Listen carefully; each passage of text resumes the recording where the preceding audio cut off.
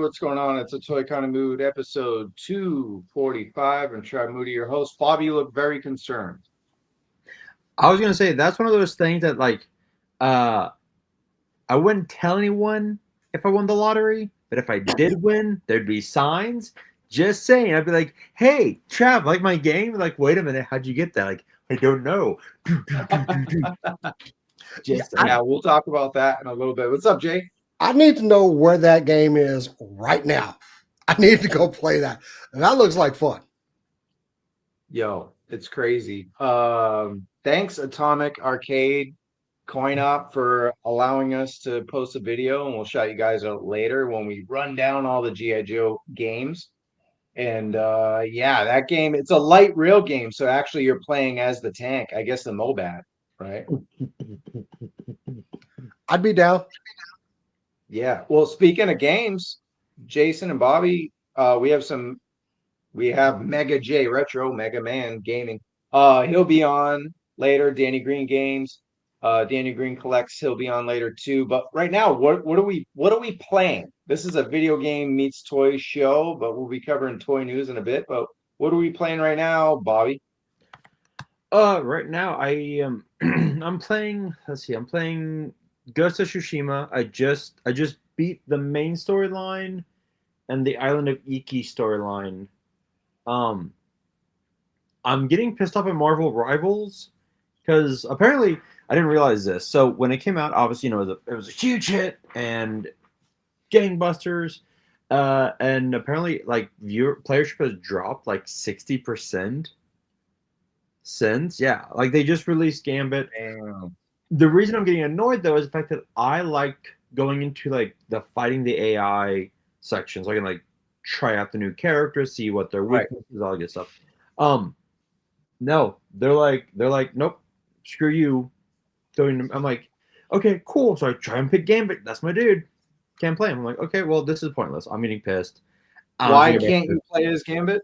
I don't know. I select him, and then someone else will select him, and then like, well, it won't let me continue with him. So I'm like, okay, this is stupid. It's because two people can't play the same character. Exactly. I picked him first. Did you? So Did you? I either go to Ghost or I play NCAA 2025. Nice. And Jay, what are you playing? We'll get to the chat in one sec. What are you playing? I am rocking some Marvel Rivals just because they did release Gambit. See, I like when they release a new support character. That means I can go play like DPS or Vanguard and I know support is taken care of because normally I play support on Marvel Rivals. I did finish Ghost of Yote, and I think I just needed a break because that game was so damn good. I didn't want to play anything for a couple days, but on my Switch, I am playing. I'm trying to finish Silk Song. I'm getting back into Expedition just because, man, the Game Awards are coming up, and they swept everything. Dude, it's rough competition this year, especially the Ghost of Yote. I think didn't even rank for like Game of the Year. I'd have to check it out, but they're in a bunch of other categories. they are. Yeah, so that's the game I'm playing. I played a couple hours today. I've been trying to. Usually, I do the thing where if I can't get the day off to play a game, I won't play. I'm with that game. I'm just like, do I have 2 hours? I'm gonna play. Just do like a bunch of like the side stuff. I'm just trying to get all the wolf ins. The time escapes very quickly because I'll be like, I'll tell Ash, like, yeah, I'll just play for like a little bit. She's like, you've been playing for 2 hours. I'm like, no, I haven't. I have almost all the Foxed in. So it's like, holy shit. Okay. Yeah. What's going on, E Worthy? How you doing? Let it roll. It took kind of mood at it. Oh, how we doing tonight? Are we choppy? That was a disaster last week. I think we're good, right? Are we doing chat? Let us know. Man, I apologize for that. We lost the first 35 minutes, and I'm gonna make up for it, not in a 35 minutes, but we're gonna go over Odious's Kickstarter, Unparalleled Universe with Odious. Quickly, what's going on, Paul? Good to see you, my guy. Jeff Shark Eyes Toy just dropped the Night Viper roof. Well, watch that after. Watch that after the show, because it's recorded and we're live. And Shark Eyes Toy, we're gonna talk about your new stuff, and I guess we have to update that, huh? So hopefully Adam can join us in the chat. What else we got going on here? Yeah, so the Game Award nominations, we'll talk about it. At the GI Joe game, Snake Eyes game swept every category. No, you talking about Claire Obscure, Expedition 33, my game of the year. Ghost of Yote is probably second, but I haven't played really anything else. So looking forward to the Game Awards. I think it's December 13th. Probably no sign of Joe there, but there's going to be lots of Joe video game talk on the show. And thank you, Just Jeff. Really appreciate that. I am going to watch it too. But for sure. All right. So for now, let's get into some toy news. We're going to roll through it so we can get to our main topic. You guys were talking Marvel Rivals. Here's the leader. Is he in that game or what? First off, never put him in Marvel Rivals. He might be good support, but I hate the leader. Sorry. You know how I feel about Mezco.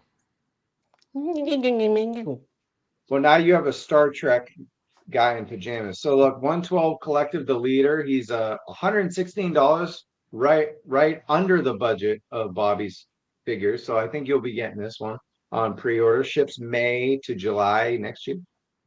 Well, it ships, so you'll get it May to July of 2030. Look at this. Don't put him up.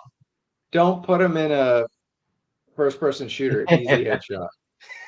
What's up, Gun Bunny? Speaking of Gun Bunnies.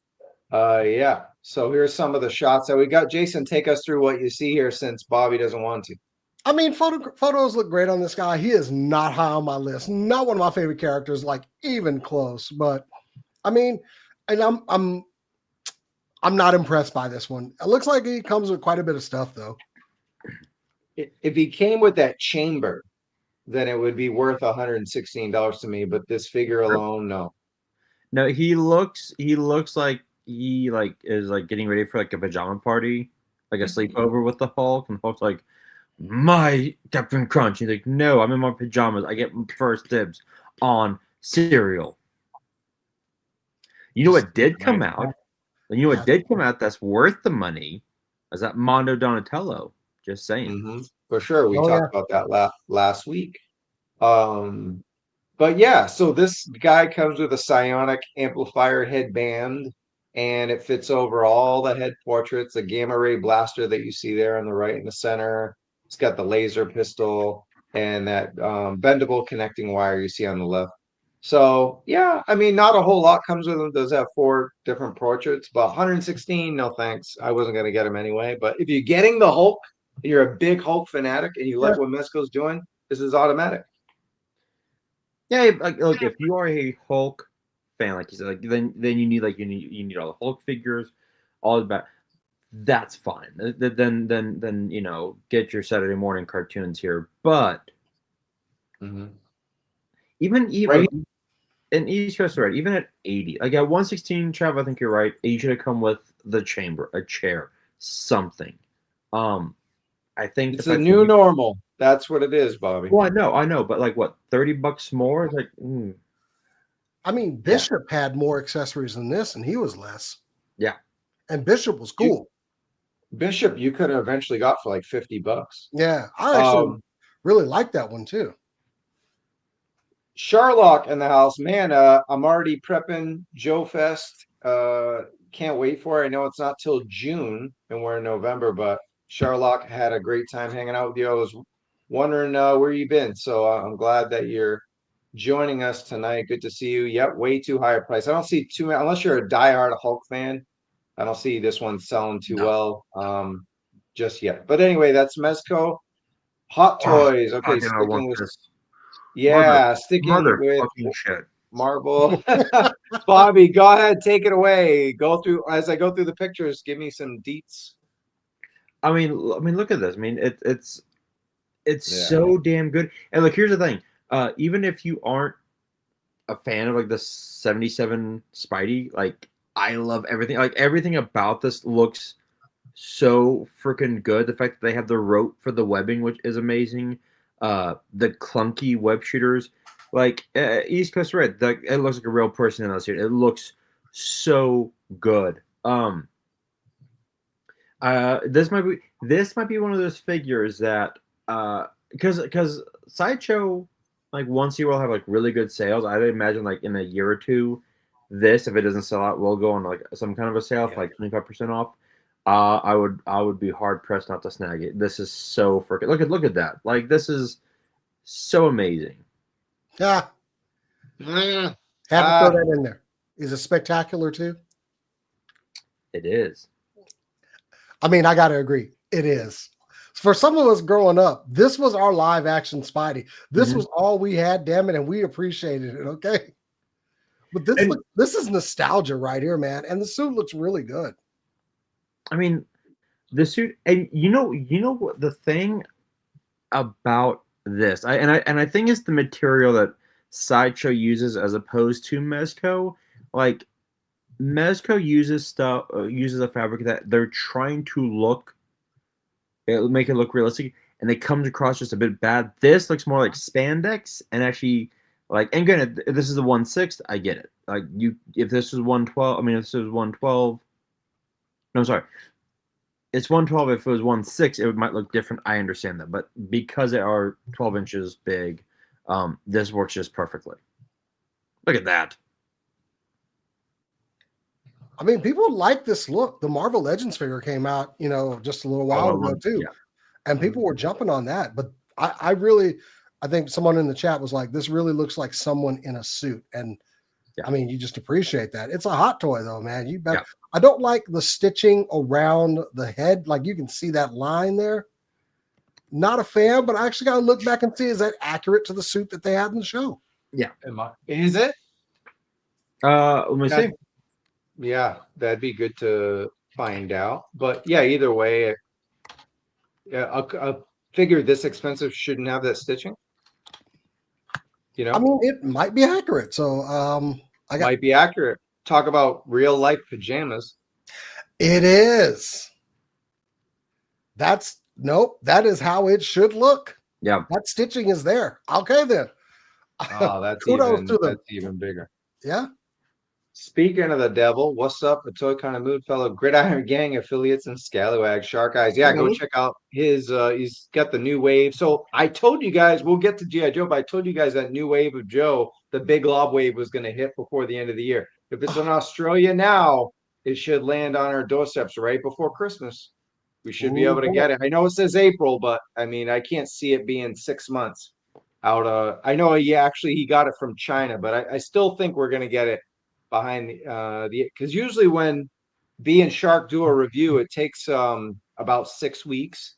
So if we're midway through November, we might just get it right before Christmas, if not the end of the year. Weren't we pretty much all in on everyone in that wave too? Oh yeah, that wave was crazy. But yeah, we'll talk that in a little bit. But yeah, this is the last photo, $255. Like Bobby says, eventually this could go on sale. I never grabbed the Walmart one. I don't know. I just never, even though I'm an old man, I never really watched this or followed it as a kid. So I don't have any attachment to 77 Spidey. I was up on Saturday mornings watching this show, so I'm all for it. Cool. Well, from the Red Web Guy to Red Shadows, here we are. AR was last weekend. So the GIJoe conference in Iowa, and our good friends Skeletron showed off their new figures. Everyone got them. Every YouTuber I know that ordered them got them. Mine were delayed. They were going to come today, but SoCal. So I'll get it tomorrow while I'm at work, because that's how my life works. So, but I'm looking forward to getting these figures. And I did have a conversation with our old friend Dreadnought Ryan on the phone, and he says they look damn good in person. They feel good, and they got good joints, and he's real happy with the performance. So we're actually trying to get next week. I'm trying to get Ryan back on a Toy Kind of Mood with Ben Conway, the creator of the Robo Skull and the modern Robo Skull in these figures. So that should be cool. So stay tuned. Hopefully next week. And next week, Tony's Figs will return. So he's taking the week off this week. But where is he? I'm looking in the chat right now. Here he is. What up, bros?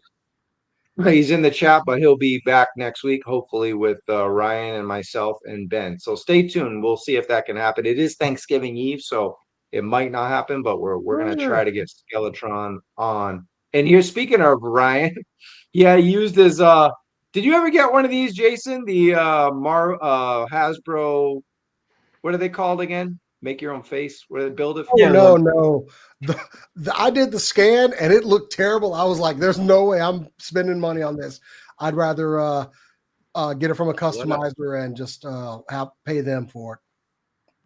Yeah, selfie series. That's it. Yeah, That's Yeah. I think you could. they did not look good. My friend got one and he was over the moon about it, and I was terrible because I was like, "So I don't know that dude that head is of." I'd say it's pretty accurate. Yeah, it's a more of a baby-faced version of him, but I'd say it's pretty good. Sometimes people are gonna get it right. I never bothered with it because I didn't care to. If we just got the face or like a new body, but it was like reused what Power Rangers and Snake Eyes and like I don't need this. I mean, there's plenty of customizers on Etsy that will do molds and are very talented. I'd recommend reaching out to one of them. That's the route I was going to go. I just did not like those, but it's cool. Well, You I know can Mark get it on there, you know?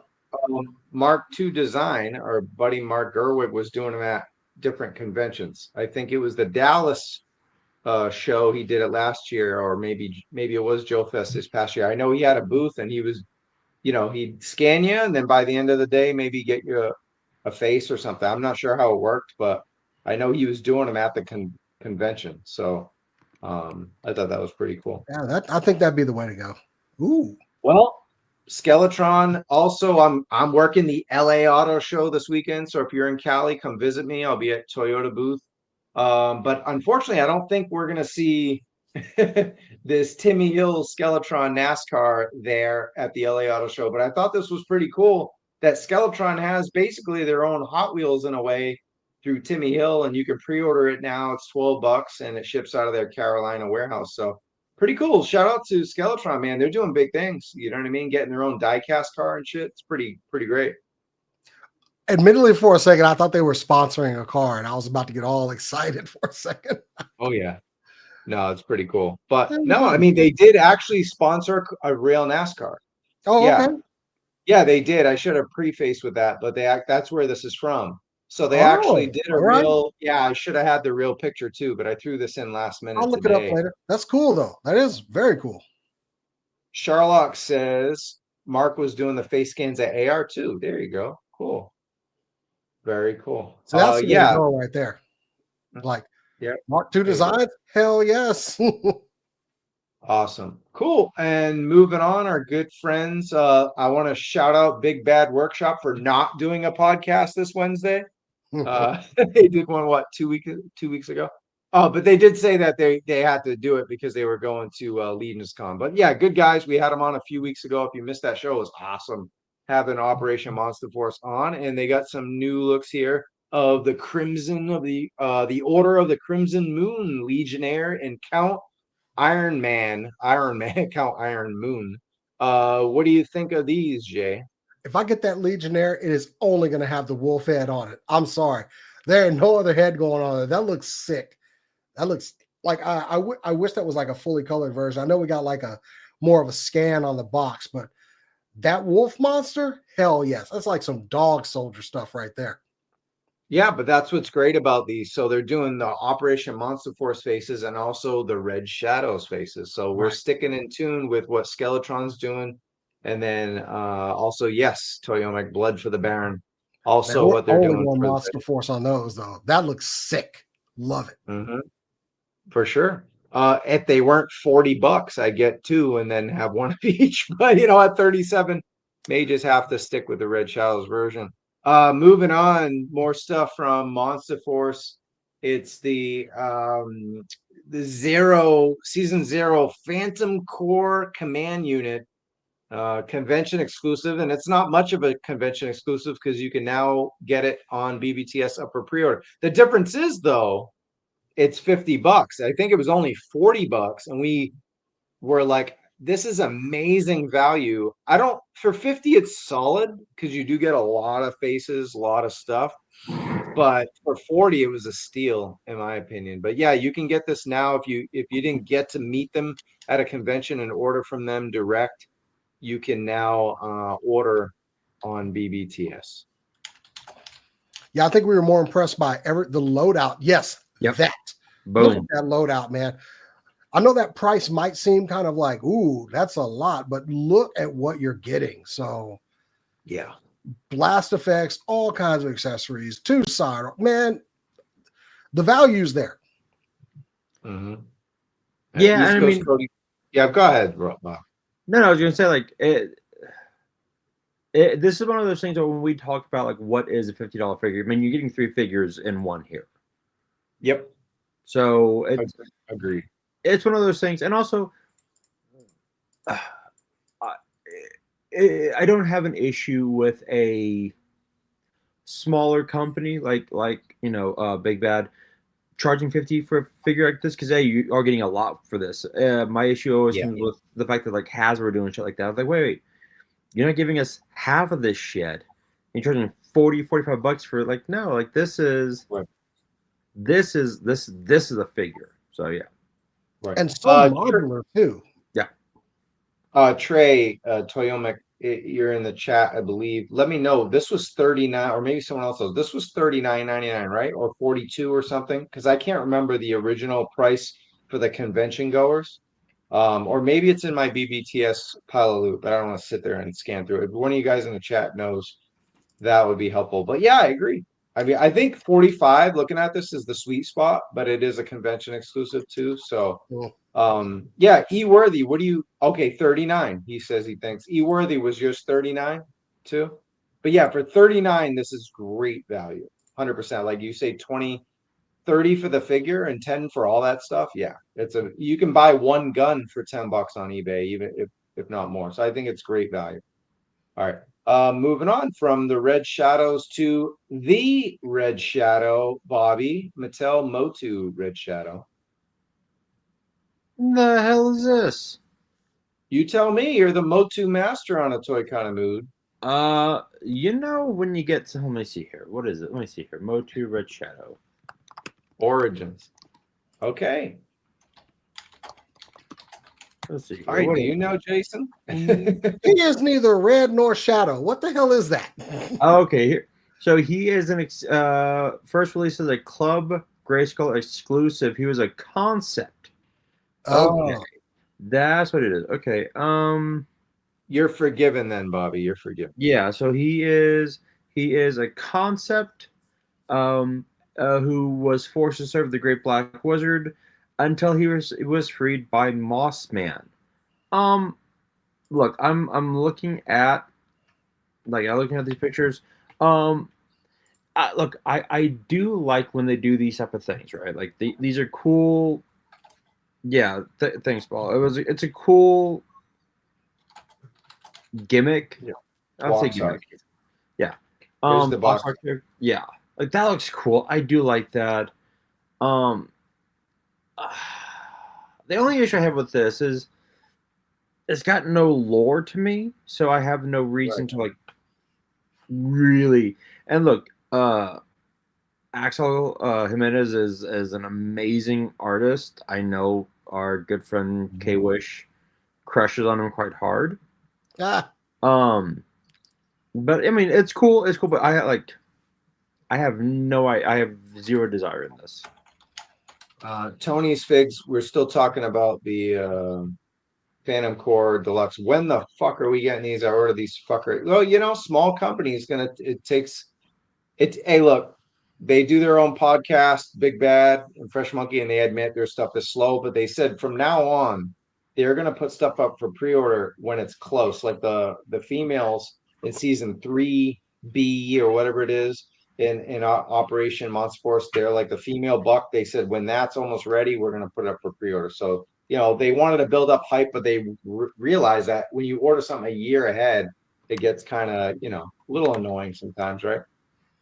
So here we go, back to Motu. Hey, but this is what makes it a great exclusive, right, Jason? I mean, the fact that it's just a concept, and if you don't have a creation member thing, then you don't have to worry about it, right? Somebody somewhere has a connection to this figure, which is why they made it. So yeah, I'm not hating on it.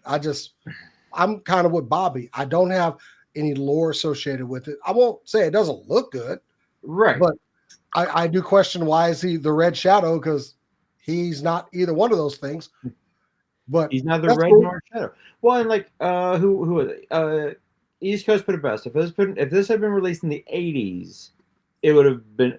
If this had been in the 80s, I'd have bought this out 100%. I'm not gonna lie. I like to see maybe we got some animated MOTU stuff probably in the pipeline. No. Go ahead and throw this character in there. Give it some lore. Exactly. Hey, it's a cool looking figure. I want to highlight. I want to highlight a comment here and talk about it. The well-dressed nerd, art by Brave. What's up, man? Gonna have to disagree. I really like the Operation Monster Force stuff for that $40 price point for every figure. They're $37.99. So yes, pretty much 40 after taxes. No matter what the loadout. Nah, bro. Every figure.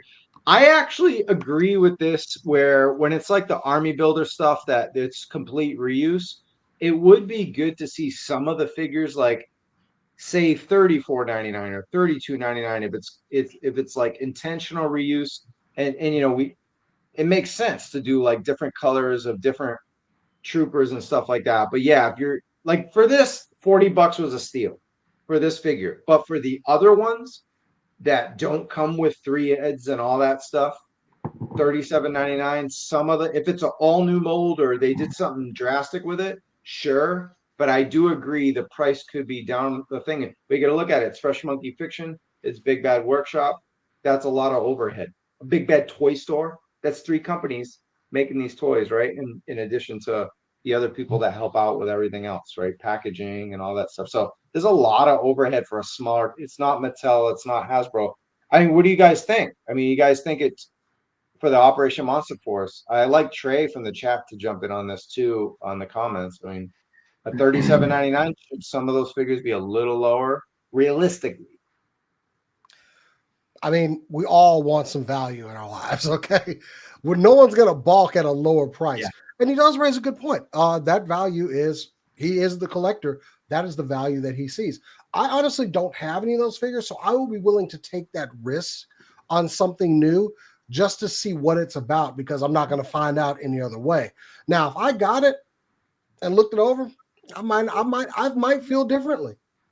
Mm-hmm. I really, for when I pay that much for a fig, I am expecting a lot once it's in hand. So he raises a valid point. But I don't think any of us would say, nah, I want to pay more money for a figure. No one's going to say that. Yeah. So right. Yeah, We all want to pay cheaper.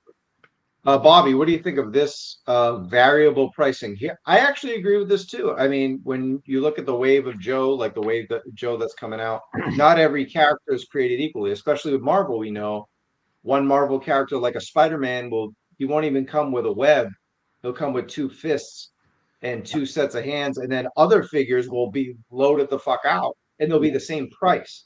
Yeah. So I mean that's and should variable pricing be a thing? I mean, that could be a whole new episode, but that would be like each fig, the female figures are not as expensive. I don't know. It'd be something to look into. I mean, they're not going. I mean, I think toy companies realized with the Build-A-Figures, right? Yeah. You look at the Build-A-Figures, they'll give you 6 figures in a wave. 1 figure won't have a Build-A-Figure piece. The other 5 will, all the same price. You get a giant chunk of plastic, and they'll charge the same price for the figure that doesn't have the plastic. The same. I mean, you're paying before like $25. I'm like, why am I paying $25 for a figure for Wolverine with just an extra set of claws, right? So I think they've learned that we will pay what they tell us to pay, and until we collectively, right? Yeah. And I think until we go, I'm not buying that anymore, and then they're like, oh, fine. We'll just kill the line. They kill the line, or the price even goes up further because the people who really want it are gonna always buy it. Exactly. That's the case with everything. If you really want fucking eggs, you're gonna pay $6 for eggs. People really need their eggs. Yeah. Right. So that's true. We always have to consider licensing as well. Like I bought, sci-fi this weekend, but I also bought an Anakin Skywalker. This guy's come with way more accessories than this guy. Also, the scaling is going to be a little bit different. And we know you're paying Lucasfilm and Disney rights. One more comment, and then we're going to bring our guest on. I think that if you're getting a bunch of stuff with one figure, they may be taking a hit on that. So the ones with less stuff maybe evens out. General Brown helps pay for Sleep Boy. I get, yeah, that's for true. That's true. And Hella Geek says that's true for now, Bobby. But Hasbro is in for a rude awakening if the Arctic Hiss is not. 100%. I agree. All right, let's shift from prices back to Motu because we get the Motu fucking master here, Mega J Retro. What's up, buddy? What's up, man? What's going on, boys? Long time. I'm gonna see how you been. I know it's been good, bro. You know, it's just slaving away. You know the way it is, guys. It happens. We are slaves. We are slaves to our own vices, my friends. This is just. True. I mean, We are. come on. Yep, you got to slave away when something like this just knocks at your door every single day. You know, it just doesn't stop. It doesn't It never stop. Chab, I had those, so I canceled them because I'm like, I'm gonna get those on. I'll get those on clearance at Target. These two I wanted just in case they sold out because I just wanted these two in my collection. But You the know, rest, Roscon is being nice to people this year, man. Roscon is killing it right now. My Rosses never have shit around here. I hate them. I ain't going to my Ross. Yeah, fuck that. I don't have Ross, so I don't know what the hell you guys are talking about. Do you have Ollies in Canada? We have no Ollies, sir. We got Marshalls and we got I think that's it. I think we got Marshalls. That's You have like a TJ Maxx or something? I don't know. You know what? We used to have TJ Maxx in the 80s years ago. We used to have Jason Air, Ames, Woolworth, Some Canadian name that I wouldn't even think of right now. Bradley's. We had Simpsons. I don't know if you guys ever heard of that. We don't have that one. Nope. The Simpsons. Now they're a huge TV show. So Well, while we got you here, let's get right into it. Let's smash or pass on these. I'll go right to you, Jay. Smash or pass on this King Randor Origins Wave 28. So Cartoon Collection is my jam. Seriously, I love Cartoon Collection. Really looking forward to Randor. Marlena is obviously on the docket as well. Yeah. So can't wait to see her. We've seen the pictures from Walmart, courtesy of Toy Habits. She's got a space helmet for whatever reason we don't know. But yeah, Randor, absolutely. It's a win for me. I'm definitely smashing this one 100%. Bobby? Smash. And okay, so if Marlena comes with a space helmet, do we get the rocket ship she landed with? One day, I think, you know what? Hopefully. But vehicles are hard to come by. You know that, Bobby. I know. Pain in the ass.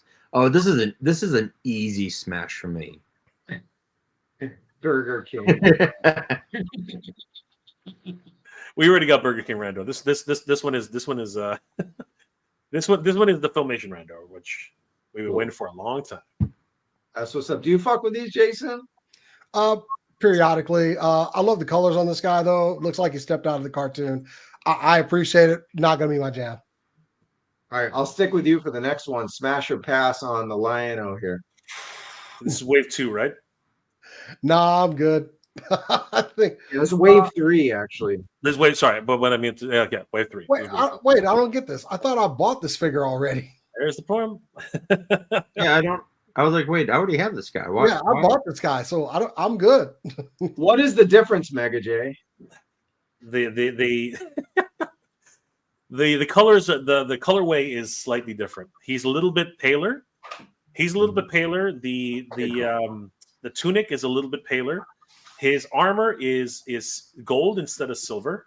And that's about it. Like here's the thing. Price grab.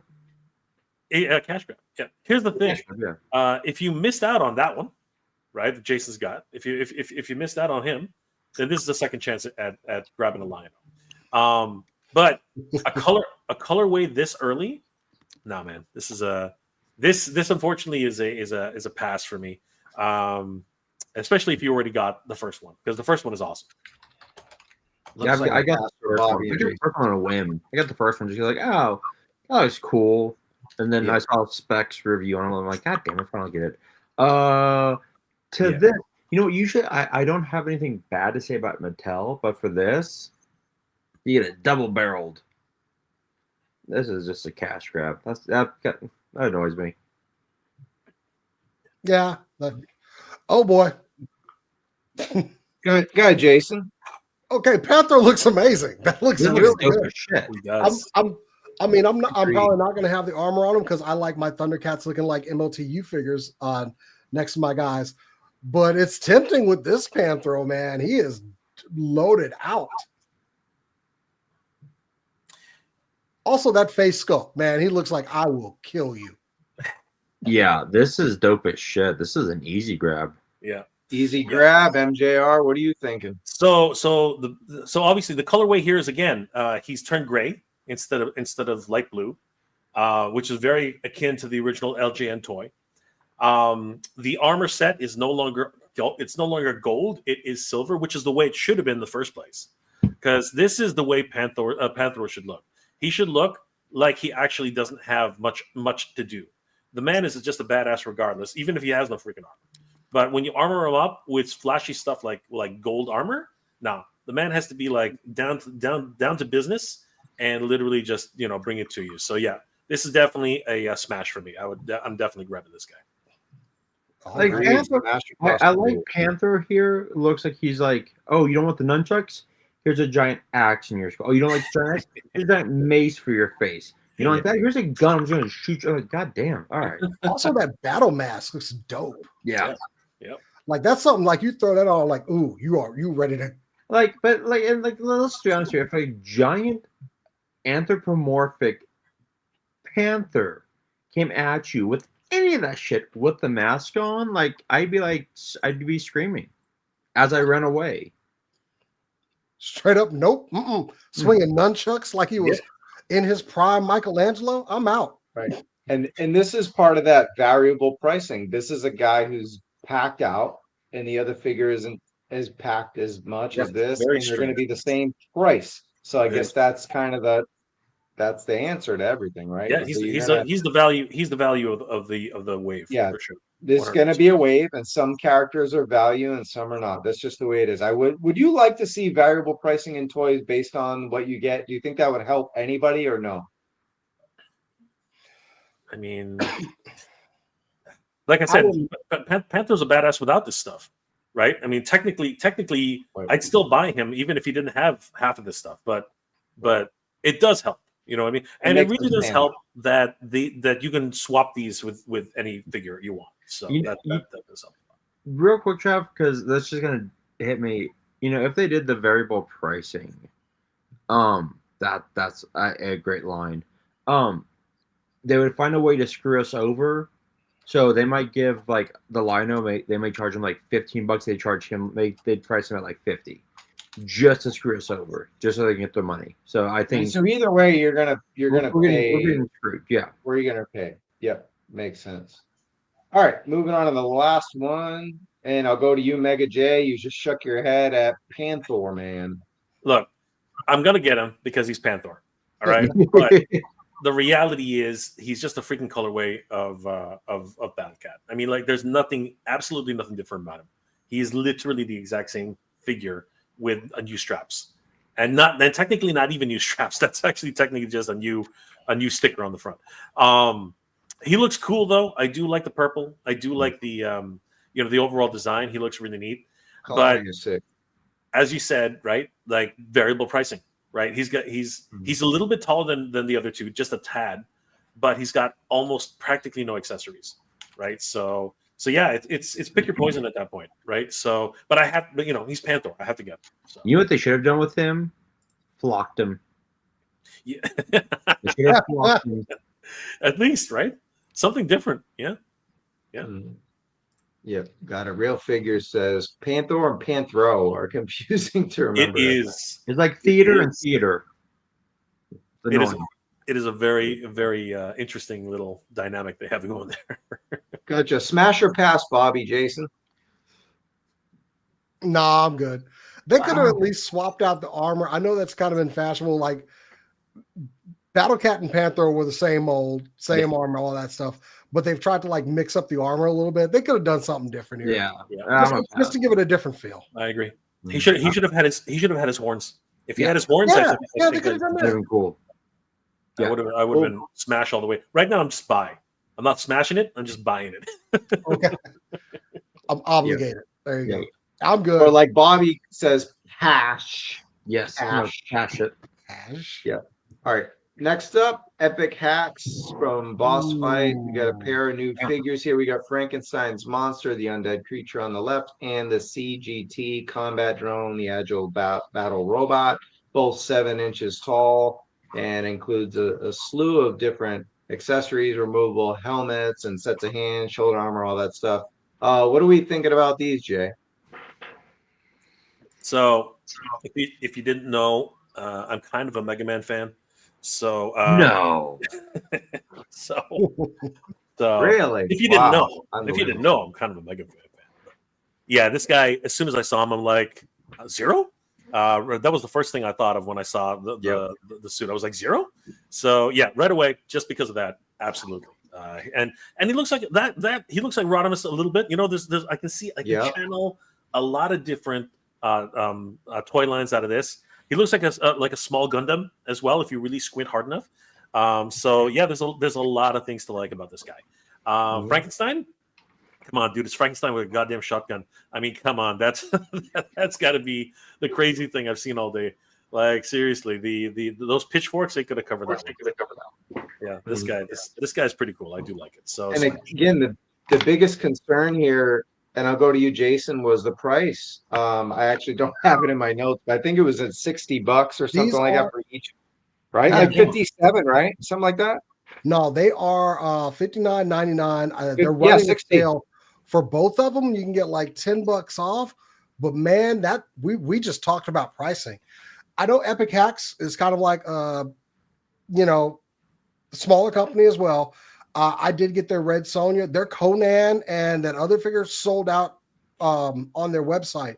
So I can still see people getting these, but man, $60, damn, that is a lot of scratch. Even though I really like both of these, I'm not gonna lie. That Frankenstein looks great. Are they 1/12 or 1/18? They are 1/12. Okay, so yeah, I can see where they're coming from. Economy's rough. But I know what you're saying, Jason. That is a lot of scratch. I'm not gonna lie. The Frankenstein comes in at 7.5 inches tall, as it should be a very tall figure. Yeah. Frankenstein's monster. It looks like they throw. You get a lot of options with the battle drone, the combat drone. So, that's cool too. But yeah, at 60, at least you can kind of get a deal if you get both of them at the same time.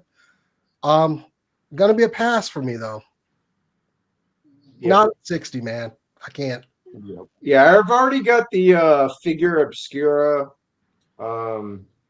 Frankenstein. So Frankenstein's monster. So from Four Horsemen, and that's beautiful. That's a beautiful one. All those figures are awesome. So I'm kind of good with this. This is kind of I don't want to say a poor man's version, but it's a little less than this. So yeah, I'm good. There it is, stripped down. But yeah, this isn't for me. But I wanted to shout it out. So it's for somebody out there. Yep. All right. Next up is we didn't get to do it last week. We did it last week, and then we had all those choppy problems. So shout out to Wade Merrick and his Kickstarter. We'll take a look at the update here, and we'll re-show some of the slides that we have. We won't go too far into it since we did that to open the show last week, and then we had that last week. Have you had that problem, MJR, where there's like you're starting StreamYard and it's just incredibly choppy, and you have to delete it and then do it over? Is that a normal? All the time. It's just if I try to run a video, it doesn't run. Sometimes it doesn't take. So yeah, I know exactly what you're saying, Travis. 100%. I've had the same. I had the same problem even with I use XSplit. It happened. It's YouTube, dude. It was nothing that you could have done on that. All right, and I'm looking at the Kickstarter now. I'm not going to pop it on the screen because we got to move along, but it's almost at 73,000 of 170,000. But he's got 16 days to go, and most people start.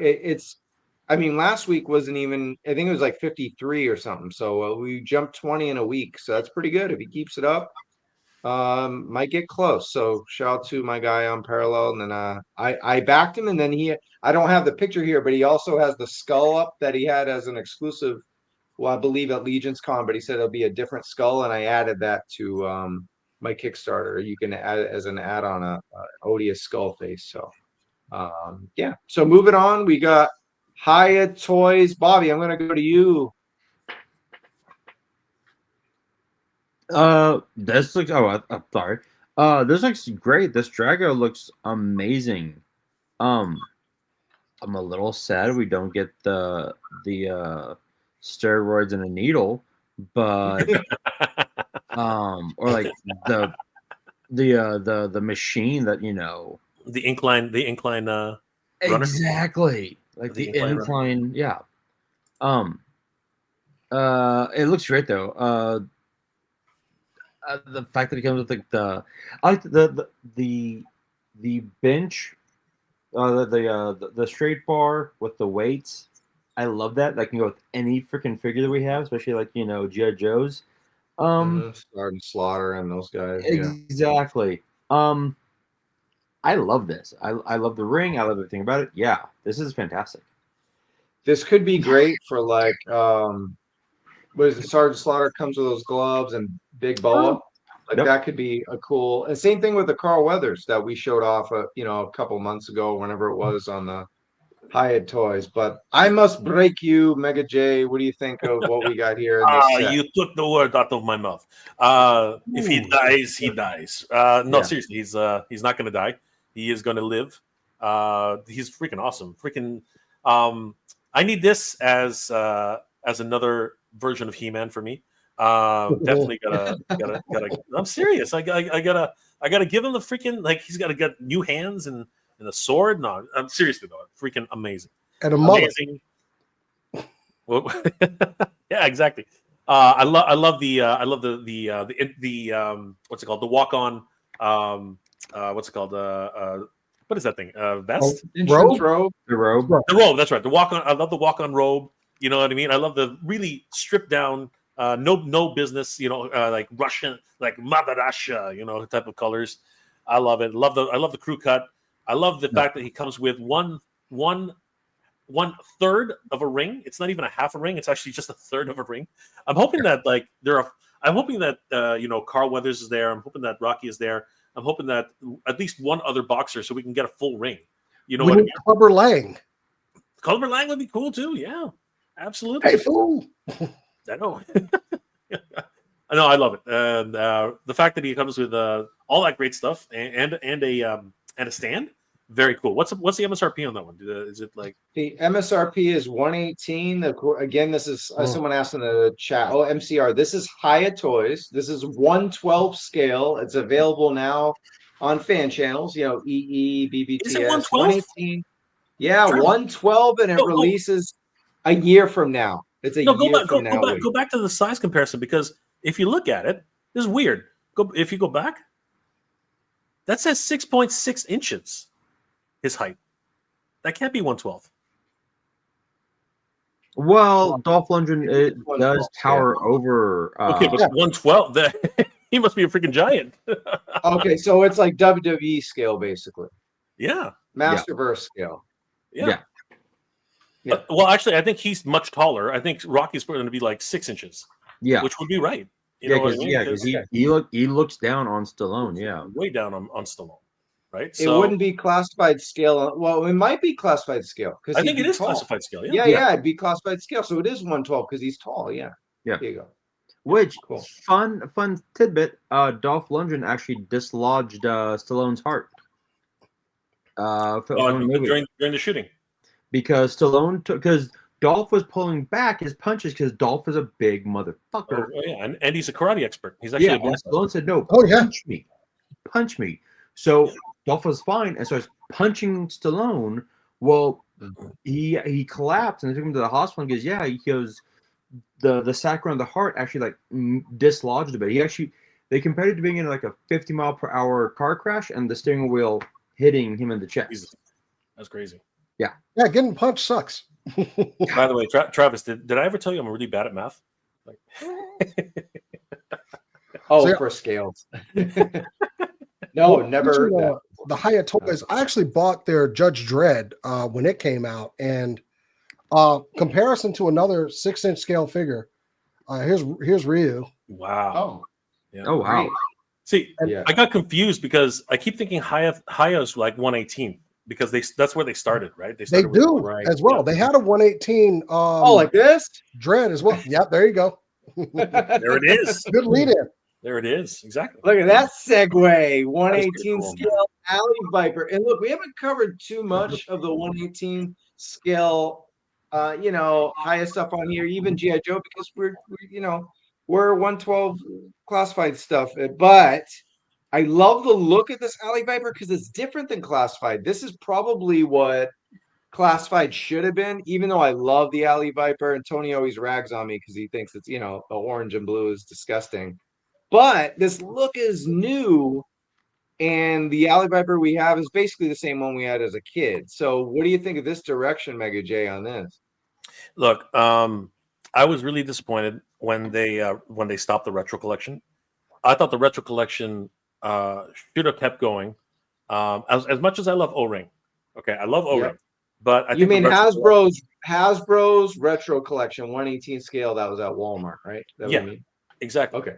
Yeah. Yep. So I mean, they were going in a very good direction, in my opinion. Like they were bringing back, they were bringing back, 118th, right? And it was doing good for a while, but then they just pulled the plug on it, thinking that they could go back to O-Ring, and that died on its feet because they don't know how to actually do O-Ring marketing anymore. So I'm glad that Hiya is back in it. You know what I mean? I'm glad Hiya is bringing these back in the right scale, right? You can add this. You can add these to your retro collection, or if you bought the 2012 editions, which were the anniversary editions, heck, these guys will fit in with those guys too. I mean, these guys, and they come with a crap ton of accessories. I think that's really the signature hallmark of Hiya. They just like inundate you with so much accessories and so much detail. So this is a smash, 100%. This is freaking awesome. These look fantastic, and like my guy Sherlock says in the chat, he's got legs. These are way better. Oh yeah, Boots and calves, shin guards right there. Deepwater says I have Hiya's 112 Rambo 3 Stallone figure, fantastic soft goods with tons of accessories. So people ranting and raving about that. But yeah, what do you think of what we got here, Bobby? I mean, everyone's talking about like the legs, which they look amazing. I love that fucking mask. Like, oh yeah, that mask is so fucking dope and clean. Like the way that it like moves. It's modern. It's like from the Real American Hero comic that Larry Hama's doing now. Yeah, exactly, 100%. Yeah, but I like the fact that when the shield is down, it looks like it has horns, like an actual viper, like this. Right. The vest, like there's a lot of work that and this is not saying that fucking Lenny and crew don't do a lot of work on their own, but they made retro because that was around the time everybody was crying that they wanted their classified figures to remind them of what they had as kid, and I think they made that in the process before we started really getting a lot of retro figures. Because if you notice some of the designs like Quick Kick, Alley Viper, there's some other ones, they're straight up, they should have been in retro card, right? Whether we open them or not, whether you like the AI art or whatever it is. But still, regardless, we didn't get a classified Alley Viper. This is a classified Alley Viper, but it's in 118. Exactly. I mean, look at. I love the snake shoulder pad, like everything on this. Like this is, you're right. This is 100% a classified figure. So less orange too. Yep, good call there. It's not so bright. Yeah, this is more muted, and I love that shield. That shield looks so awesome. Mm-hmm. Cool. Any final thoughts on this before we move on, Jason? Cool looking weapons. It's a great design. I don't do that scale, but I gotta admire it. It looks great, especially that mask. Mm-hmm. And the wash. The wash on the shield and the camel really makes it pop too. Mm-hmm. Jealous of the people who do just collect Hiya Joes and that's it. Think about how much room you have, how much money you saved, how much room you have for vehicles. Unlike Classified, where I just look in the back of my room and I'm like, I have no space for any. I have figures on my desk, dude. I don't know what to do with any of these things. They're just sitting here. It's just chaotic. So I am jealous of 118 finally.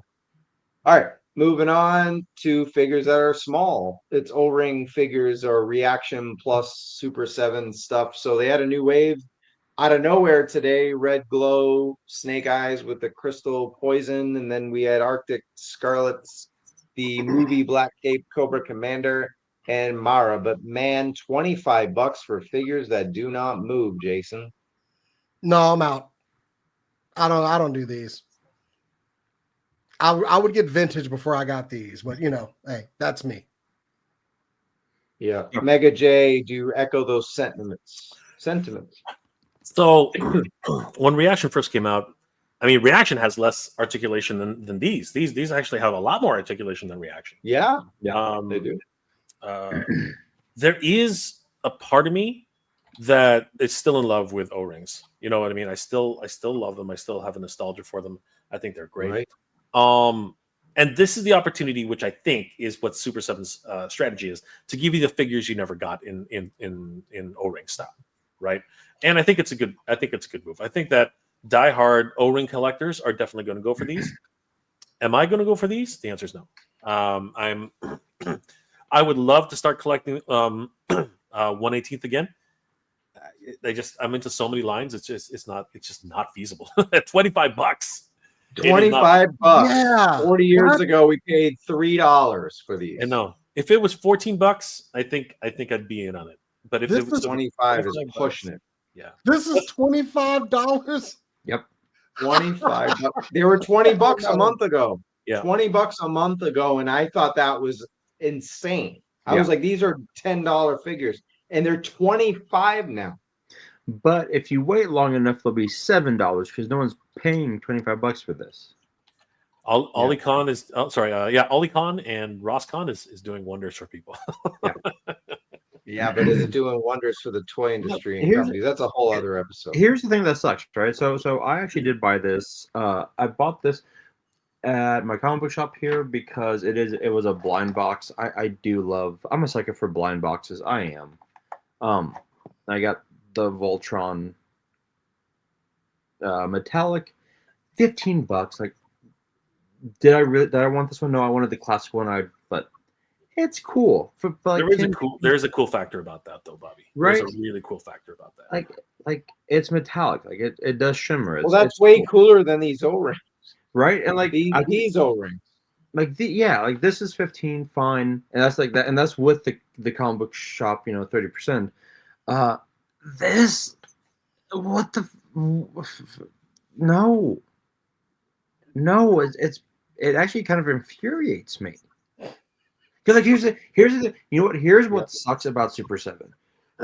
Like I have that the 200 X Ninja Turtles. I still have to unbox them.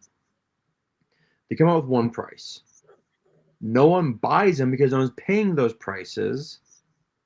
Then they drop them. They're like, oh, now they're on sale for like $25. I'm like, if you had just sold them at $25 fucking dollars, they'd have flown off the shelves. These, you see all these fucking reaction figures go on sale on clearance at Target. If they just them at $8, these would fly off the shelves. Like that's why I don't understand the logic behind some of these prices. Like you have so many figures just peg warming at $25-$30. Like why aren't these figures moving? Motherfucker, if you had them for you had the price at 5 years ago, 3 years ago, the shelves would be empty.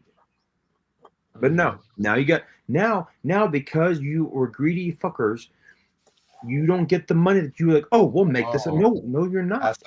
But they're gonna tell you that even when they sell them for 25, they're not making any money because their overhead is. We're not making it. We are selling these at like the bottom basement. So you should be just thankful you're getting these figures. When I like this idea, just start moving action figures into your girlfriend's house. I've been thinking about that one lately. So thanks for that. I mean, all right.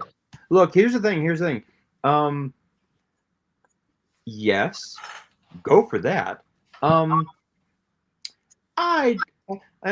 think Jason's on with this me as well. I get a room. I get the room.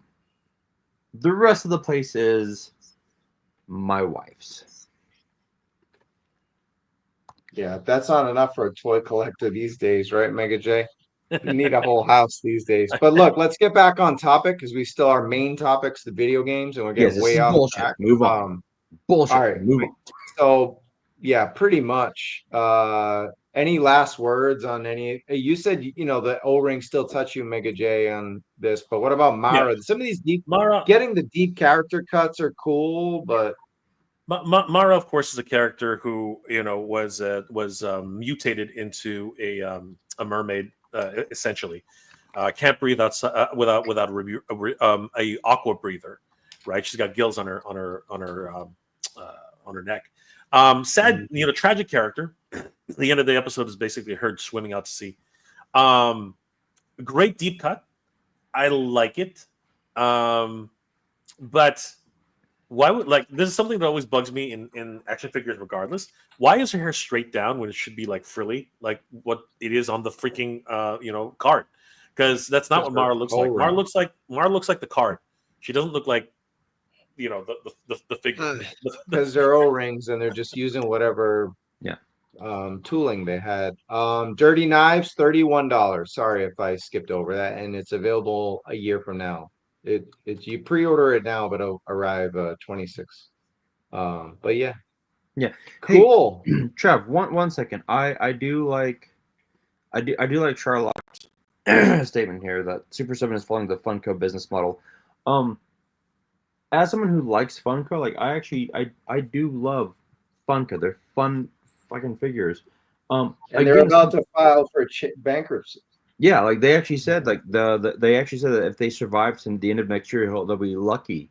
And I'm still getting tons of stuff from LinkedIn, oh, Funko's looking to hire. I'm like, fuck no, right? I want to be employed in half a year. The problem is again, and Charlotte's right. Funko's used to be $8, then $10. Now they're $12.99 at Target, and the PulseCon or the Funko cons are $15-$20. That's too. They have priced themselves out of a market, and also you have so many goddamn they're going for every freaking line. They are the collector of action figures. Oh, you like this obscure anime? Here you go. You like this obscure combo character? Here you go. It's no one wants all these. It's they're burying them. They sold what they burned or trashed $40 million worth of Funkos last year. It's just it's I'm shocked. I'm kind of shocked. Super 7 isn't doing that. I do want to get the Tyrannosaur, the T-Rex Dinozord. There's $20 on Big Bad right now. It's been $20 for a year and a half. Here's another sale. It's still 20. You know what? These would be great to follow that fucking Kith model. Make them super hard to get. If you're gonna price them that expensive, make them fucking Drake May jerseys, dude. No, I'm just saying, make them hard to get. Make them I know people hate that shit, but really, make them so rare because you cannot justify the price for this unless it's the Kith model where, hey, we're only making 50 of these, so good luck. Because if you're going to make 500, you're only going to sell 50. So you might as well. I don't know, man. I don't know the math, but I just make them exclusive, make them hard. No, that you get one, you get you don't even not even Target. I think it'd be selective shops. You have to hunt these down. You really want this? Exactly. All right, let's move on, guys. Lots to talk about. Classified. Wanted to give Shark Eyes a shout. He was here earlier in the chat. He also reviewed Night Viper, but that happened while we were going on, so we don't have pictures. But yeah, new looks. What do we think of what we see, Jason? Oh, bring it on, man! I still Lifeline. Look at Life. I don't care about how Lifeline looks. I mean, I don't care about the criticism they're saying. It looks good. It looks good on them anyway. Yep. And yes, Bobby B reviewed Cap, so it's the same figure with a Kith on the back. Go check it out. So, take those figs. All right, Jay. Mega J, what do we think? I mean, yeah, they of course Lifeline, fan favorite, 100%. These guys look great. Seriously, they look awesome. I'm actually really not familiar with. Sorry, I don't even know the guy's name. What's the other character's name again? I know. I obviously I've talked about him a lot. Hit and Run. Hit and Run, yeah, Hit and Run. I barely know this guy. That's all right. I mean, he looks cool though. Like he looks like, obviously he's a character in the comic books and for the show. Yep. But I mean, what the hell is he carrying? That there's like a 600 mag, like 6,000 rounds. Like what is that on his back? That thing is I like. think it's just a bag. I don't know. It's a line bag. That's what is. Okay, cool. Because to be honest with you, at first, there. I thought he was heavy duty's backup. Like, you know what I mean? Like, I thought, dear God, he's carrying another 7,000 rounds. No, you know what I mean? But no, okay, that's cool. So it's kind of like a duffel bag. He's like the John McClane of the GI Joe, except he wears camo and fatigue. He's like he's like a Daredevil type. Yeah, I don't mean Marvel's Daredevil. That kind of guy. I was gonna joke that it's like the ammo. It's the ammo for a 1980s action movie gun. Yeah, you never change it. That's what I thought it was. Duffel bag boy. Literally never exhausts, right? It's like shooting forever. It's his itty ditty bitty bag. Fun fact: we were required to carry like belts of 7.62 for our heavy guy. You had to carry 2 belts. Everybody did, and be ready to hand that shit off. So damn. Yeah. There you go. Apparently Shark Eyes' thing ripped, the goggles for Hit and Run, so he didn't actually get to show them off in the review. Really? So he said that it was funny because I was watching and he was like, these are really fragile. These are really fragile. He put them down, he picked them up, and they just ripped. They really are fragile. Yeah. They're so thin. He's a mountaineer infantryman. Yep. Got you. The plastic is so thin. Like seriously, like if they should make it of a more flexible material. Like it's pretty crazy. So I guess he was having a hard time getting the glasses to sit on Lifeline with the helmet. Looks that way. Yeah, I mean, like we just got Steeler and Short Fuse, and you got to kind of work with the glasses a little bit under the helmet. Like mine are just a little dislodged now, but he was just kind of sitting on my desk. But you kind of got to work with it a little bit. I see what he's going through. Honestly, and granted, look, I know they kind of wear out over time, but like I know when we were kids, we had the like the little elastic bands that would go in goggles. I'm like, you bring those back, but then like after a while, they get dried out. They lose their elasticity. Mm-hmm. Kind of sucks, but would be a cool new material to use instead of some like ABS plastic. So all right, look, he's got some reviews going on. Shark is the king of this shit, getting shit way early, not jealous at all. Hit and Run, Lifeline, Night Viper. Go check it out when we're done. All right, last shout out we got before we move on is my guy Jay Bartlett. He actually was going to be on he wanted to be on the show, but he got tied up, and would have been cool to have him. He's a big gamer, and he's a former GI Joe YouTuber turned game, big Twitch guy, big video game guy. So it would have been cool to mesh those worlds. But I want to give him a shout because this is a good video. He kind of like he actually plays he doesn't just show you the games, he plays all the games that are available on console that GI Joe did. So before we get into like what we need for a GI Joe video game, I figured we'd do a little bit of history here, Mega J. So have you ever played the Atari 2600 version of GI Joe called Cobra Strike? So I know of this game. I do know of it. Have I ever played it? I believe the answer is no. I saw that. If you want to go back for a sec, I actually have a comic book that has this ad in it. No kidding. So, yeah. That's actually why I knew of it. Intrinsically. I'm pretty sure I've never played this game though. Like I've heard of it. I wanted to play it. It was obviously there was the 70s and 80s, man. Freaking Atari 2600. Just before Nintendo, so yeah, it would have been cool. And that actually is that globe with the snake. That's actually where that came from, because that's never actually been anywhere else other than this ad. So Super 7 took that snake globe thing. That's where they got it from. So, and we've gotten stuff like that with GI Joe as well, like the Supreme Cobra Commander, that deluxe one. I think has a accessory similar to this too. But yeah, I was gonna say good you never played it because look at it. It's that's a pretty good looking snake though. That for Atari, That's a For pretty damn good looking. 1983, 1983 ain't too bad. Back then, that was the pinnacle of video games. Yeah, and then in Japan, a year later, they had the Famicom, which is crazy. Yep. It Wild. went absolutely Okay. balls to the wall at that point. So no one's really played this game that's on this panel. So it was just before our time. But this game Well, no, it was in our time. We just never played it. Yeah, well, we I was were one. So yes. Yeah. All right, young kid. I was a couple years old, but yeah, I didn't not have this. I had Atari and just had like pole position and shit. All right. Commodore 64, baby. We got the next one, 1985, A Real American Hero for Apple II, Commodore 64, Epics. Any of this ring a bell to our panel? No, man, not this one. I like that I can tell that Steeler in the back though, because you got the visor. Yeah, I don't know who that girl in the blue is, but that's Scarlet. I get. That's Scarlet. I know who it's supposed to be. Okay, I know. She's all blue. She's like Cobra Trooper outfit. it's Mara. That's good. On land. I never played this one, but wow, Man, look at Mara. that artwork. I can almost tell who's who. I have to see the game itself. Is there a game shot?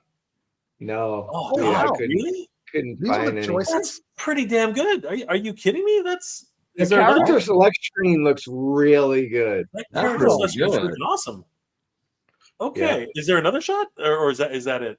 That's all I got. If you guys Dang. see more, we could I pull it up. want to I see mean, more. I was ready to kind of talk some shit here, but that doesn't look bad for Commodore. No, that's That looks pretty damn good. quality. I mean, Okay. they're better. They're better graphics than the Reaction Plus figure. Ooh. I just want to know if is it a side scroller? Is it what is it like? I think it's a side scroller, but maybe someone in the chat. Anybody in the chat remember this one? You're getting a lot yeah. of I don't knows in the chat. Like, oh wait, no, Profit. No, that's Atari. He said. Nope. Hold Yeah. on. What Mega Man game is this? It is the Mega Man character selection screen. Wait, hold on, Trav, hold on. Here we go. Here is, I think this is one of the open image in new tab. Let's see. God damn, that's tiny. Hold on, let me see here. We're gonna. Yeah, good luck. It's a tank game. It's a Jackal game. Oh my god! It's like Jackal. Wow! Look at that. Yeah, Holy crap! yeah, it's like Jackal. World premiere exclusive. Right? This comes out on that's PS5 next week. Your PS5. classic game collection. That's not bad. Let's This see. is a PS5 Plus. There we go. I mean, look, there's that's Snow Job's snowmobile. Is that Quick Kick? Is that Quick Kick in the corner? That looks like a quick kick. That's Quick Kick. That's pretty good. That's actually not bad. Is that Roadblock or is that Striker? Who is that? I think it's Stalker. That's Stalker. Sorry. Yeah. You know what? I gotta see it playing because that's. I mean, just on screenshots, that's actually not bad. I'm sure it's terrible in by today's standards, but you know what? That's how you bought your video games back when you were a kid, right? You just flip the box over and you're like, oh, that looks okay. And It's true. The graphics are amazing. I would like to play it. I would like to play. I would like to suffer in the agony. I would like to do that. Yeah. There's a what's it called? Self-hurt that you want to go through. All those years later, I really would like to see how that plays out. All right. Game of the year looks better than. We're going to talk about the latest COD because it ties into what we're talking about. But yeah, Action Force, of course, is the international version of GIJoe, so we got to show them some love for the Commodore 64 and ZX Spectrum. Never heard of that thing. Virgin Games from Virgin Games International Heroes, and let's see what we got for pictures. There also was a 1 and 2. Wow. So I put them together in 88. That's just cover art. That's not the game. I'm saying wow, because the cover art is terrible. That looks like some high school bullshit that I know. So Mega Man is the Mega Man 1 was actually very, very close to that, if not worse. Mega Man Yeah, 1 it was was pretty bad. terrible artwork. Wasn't even the right color or anything, man. No, All right, man. here's He had the a gun. game. He had an actual gun. It's not bad for the Spectrum, man. For do you guys know anything about the Spectrum? The Spectrum is like a weak ass computer, man. That is not bad for the Spectrum. That's pretty damn good. That is pretty damn good. Oh my god, that's actually pretty good for the Spectrum. Oh, people love the Spectrum. Wow. Look at all this other shit like around the screen taking up space. That looks like old school Game Boy. I can dig that. That reminds me of like how X-Men, yeah, it's Nintendo. So like X-Men Mission Impossible had those like you get to pick your character. And we're gonna go through that right now with just GI Joe. I do not remember a GI Joe game for Nintendo. I don't. I And it's do. 1991. I do. I do. I was old enough. I loved GI Joe then. I had got the comics. I got the toy. This was the time I was buying the comic, buying the toy. I don't remember the Nintendo. Maybe that's why. I don't know. I don't remember the Nintendo game. I was too into Mario and shit. I don't know. Like I don't remember this. Here's the character selection screen. It has all the levels. What is like level 1A? Yeah, you can only get so many. You can only play certain characters for certain levels. And I think I remember being upset because Snake Eyes was only available for like, wasn't available all the times I wanted it to be, which was all the time, every character. But I do remember this game. I actually didn't own it, but my one of my best friends did. So I made sure to go over to his house to play it all the time, or I would try to borrow the cartridge. Well, Jason, if you remember why Scarlet started dating Snake Eyes and Lady J was with Flint, just look at his stamina stats, man. Dude. Good one. Not good. And then neither is Snake Eyes, but she felt bad for him. Well, And How does but he Snake has, Eyes only have 10 stamina? Man's a fucking ninja. I don't know. Ask Well, Scarlet. originally he wasn't. Originally he was just a special operation. Oh, true. He was a commando first. Yeah. They But read it was a side-scrolling game, and I think like the first level, you fought one of the Cobra vehicles that had the fan on the back, and it would separate. Yeah. And then you had to fight two of them. I do remember this game. I think this is the reason why. I think he nailed it. I think I got a Sega and was like, dude, I'll play Sonic. I'm not playing GI Joe. Maybe that's why I didn't have it. Yeah. I moved on to Genesis too. I think this is actually a pretty valuable game because of rarity. Because again, the later games were holy crap.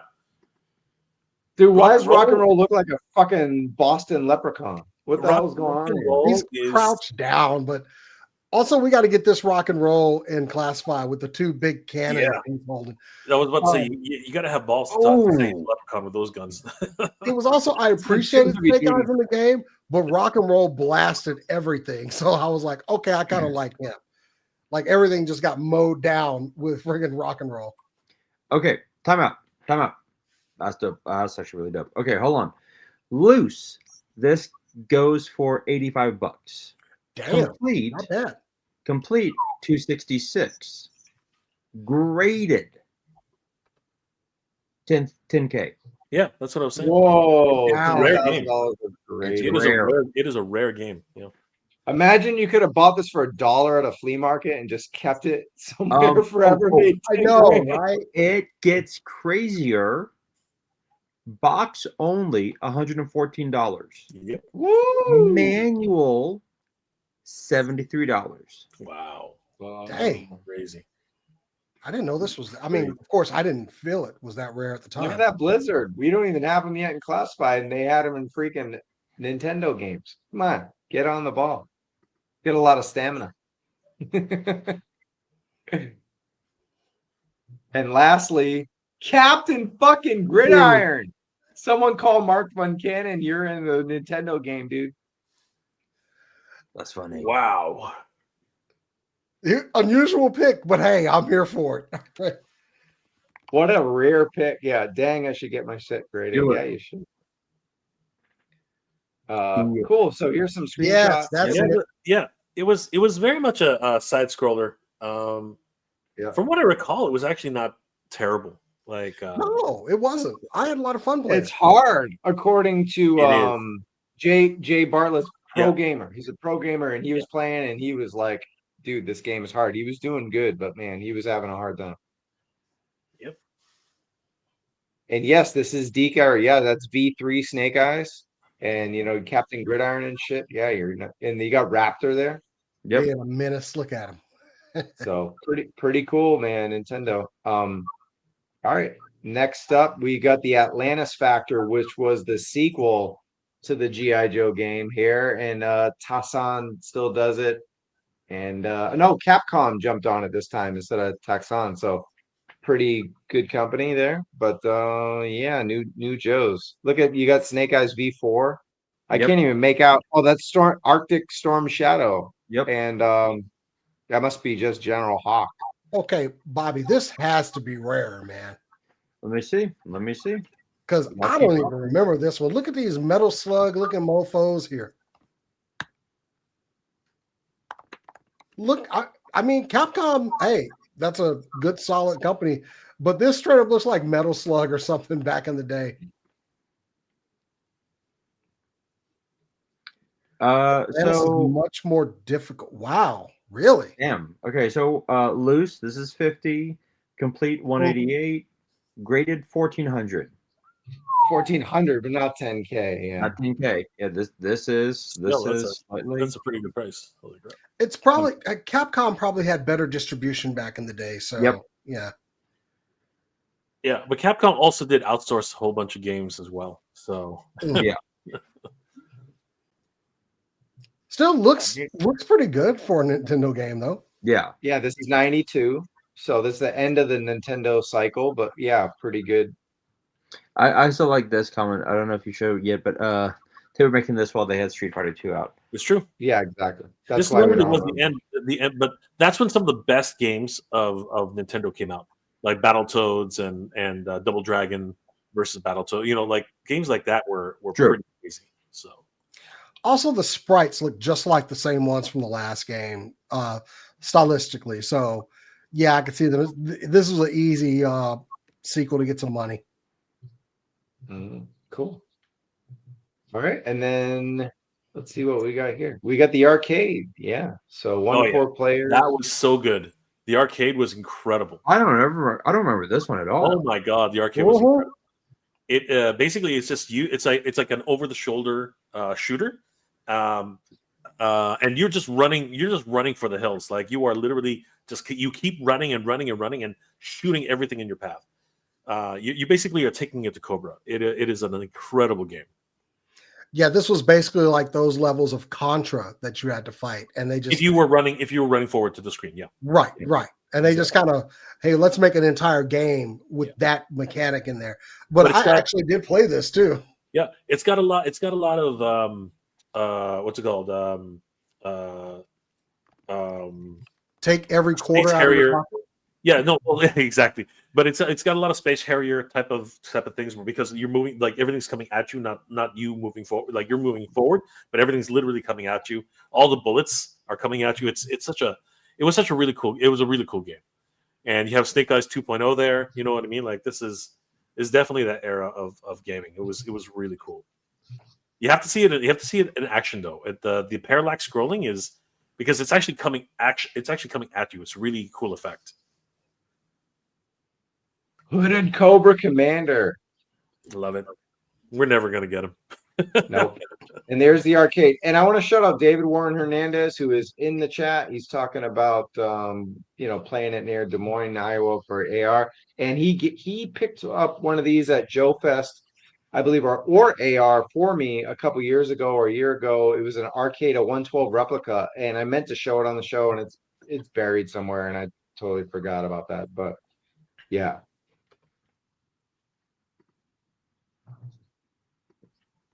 All right, moving on. Here's the game. So yeah, you want to take us through what the game was like again, Mega J? No, but literally, as you can see here, you're running toward, like this is pretty much the angle you're always looking at for every single level. But what they do some clever things where it actually moves side to side. Nice. So Yeah. So and if you go back to that other screen, that's an elevator which actually has you just moving, like it moves upwards, so everything's moving down, but you can only move left and right, right? So like I said, it's kind of got this Space Harrier vibe because everything is literally coming at you. All the bullets, all the enemies, people are jumping at you, right? It's actually a really cool idea. All the vehicles, like you get attacked by vehicles, you get attacked by so many things. Sorry, come out. Mega J, here you go. We can talk while you. There we go. I mean, seriously, see how everything just comes forward,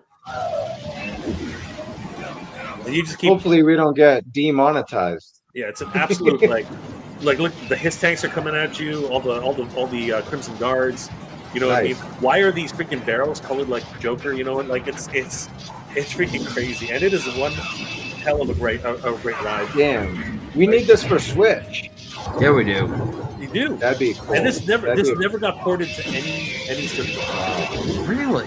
Yeah, the graphics at the time were not possible, right? Even the Genesis had problems with these types of graphics, right?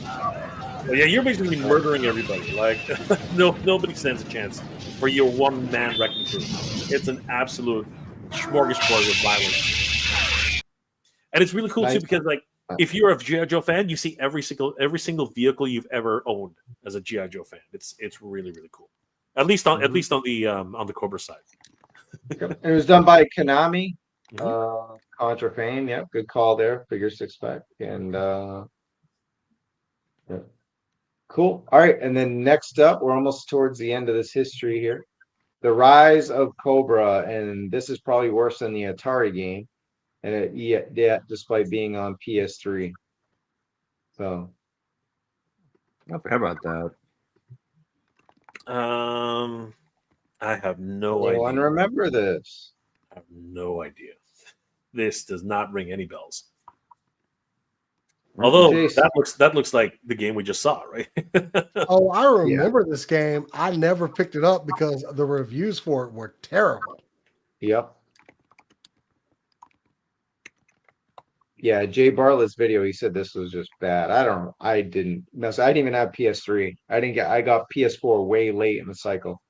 So I was more of an Xbox 360 at the time. Xbox 360 was kicking ass. I still have my PS3 in storage, but I never picked this game up.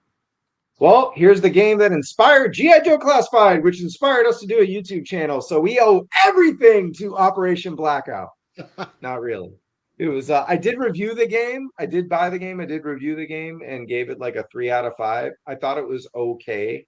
But yeah, I mean, it's the last console game we got for GIJoe. I mean, Wrath of Cobra is on Switch and PC. I guess it's on consoles, but Wrath of Cobra, we'll get to that. It's more of an arcade. This was like a legit console game. But man, some of the designs we got, we just talked about that variant last week with Network, right, Jason? And here he is in the game. And we never got the Yakuza Storm Shadow though. Nah, but I mean, and no one liked the blaster guns, but yeah, that homage was there. So, I mean, I like this game for what it was. It wasn't like one of my favorite games to play. I'm going to flat out say that right now, but it was kind of like a good resurgence, I guess, is what we're looking for. Yeah.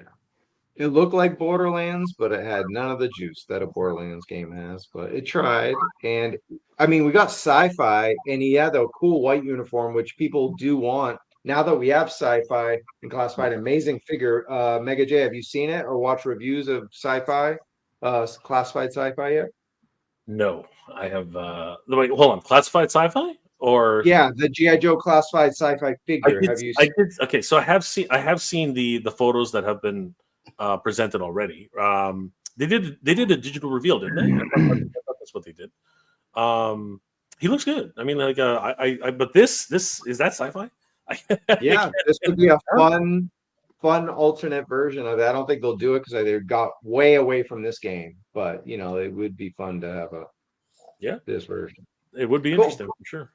And then Wrath of Cobra. I'll just did this ever come out? I'm hard pressed to remember if this ever came out. Did this come out? What? Get out of here! You're kidding, right? No, I did follow it for a while. I never played it though. I'm not really much of a gamer these days. So my brother brings over his PlayStation 5 every now and then. But this looked like a lot of fun. This, of course, follows in the footsteps of TMNT. Revenge of it's the other way around actually. Technically, this came first before Revenge of the Shredder. But I always wanted to play this. I never had the chance.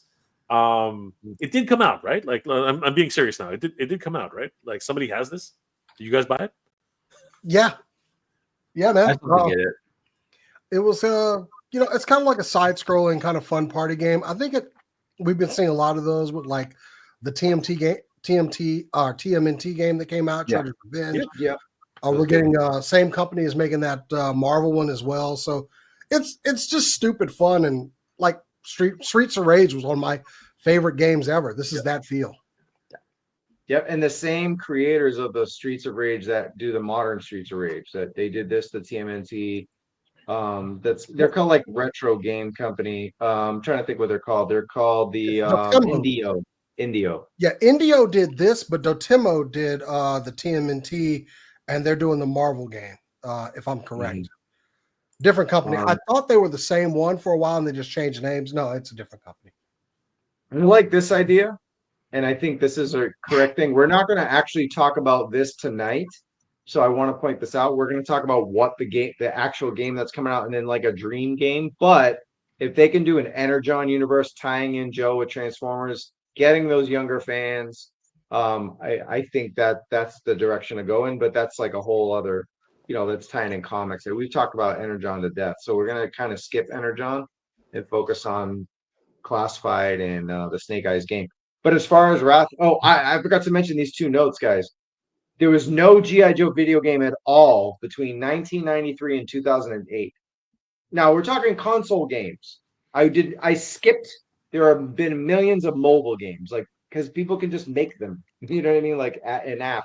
So there's Android games, there's games on Apple and stuff. But as far as console games or arcades or PC games, there was no G.I. Joe game 93 to 2008, and there were none between 2010 and 2019. So besides Rise of Cobra in 2009, we had only one game between 93 and 2019. That's like over 27 years of no G.I. Joe, one G.I. Joe game in 27 years.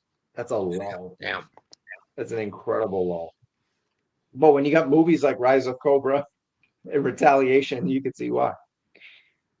Next up, this surprise game that was not announced, just leaked yesterday. A G.I. Joe arcade, a random as fuck G.I. Joe arcade rail shooter from Jet Games USA. Shout out to Arcade Heroes Coin Op on YouTube. And actually, if you missed the beginning of the show, we'll play the video right now. I'm not going to play the whole minute, but we'll give you a couple seconds and give you an idea of what we're talking about.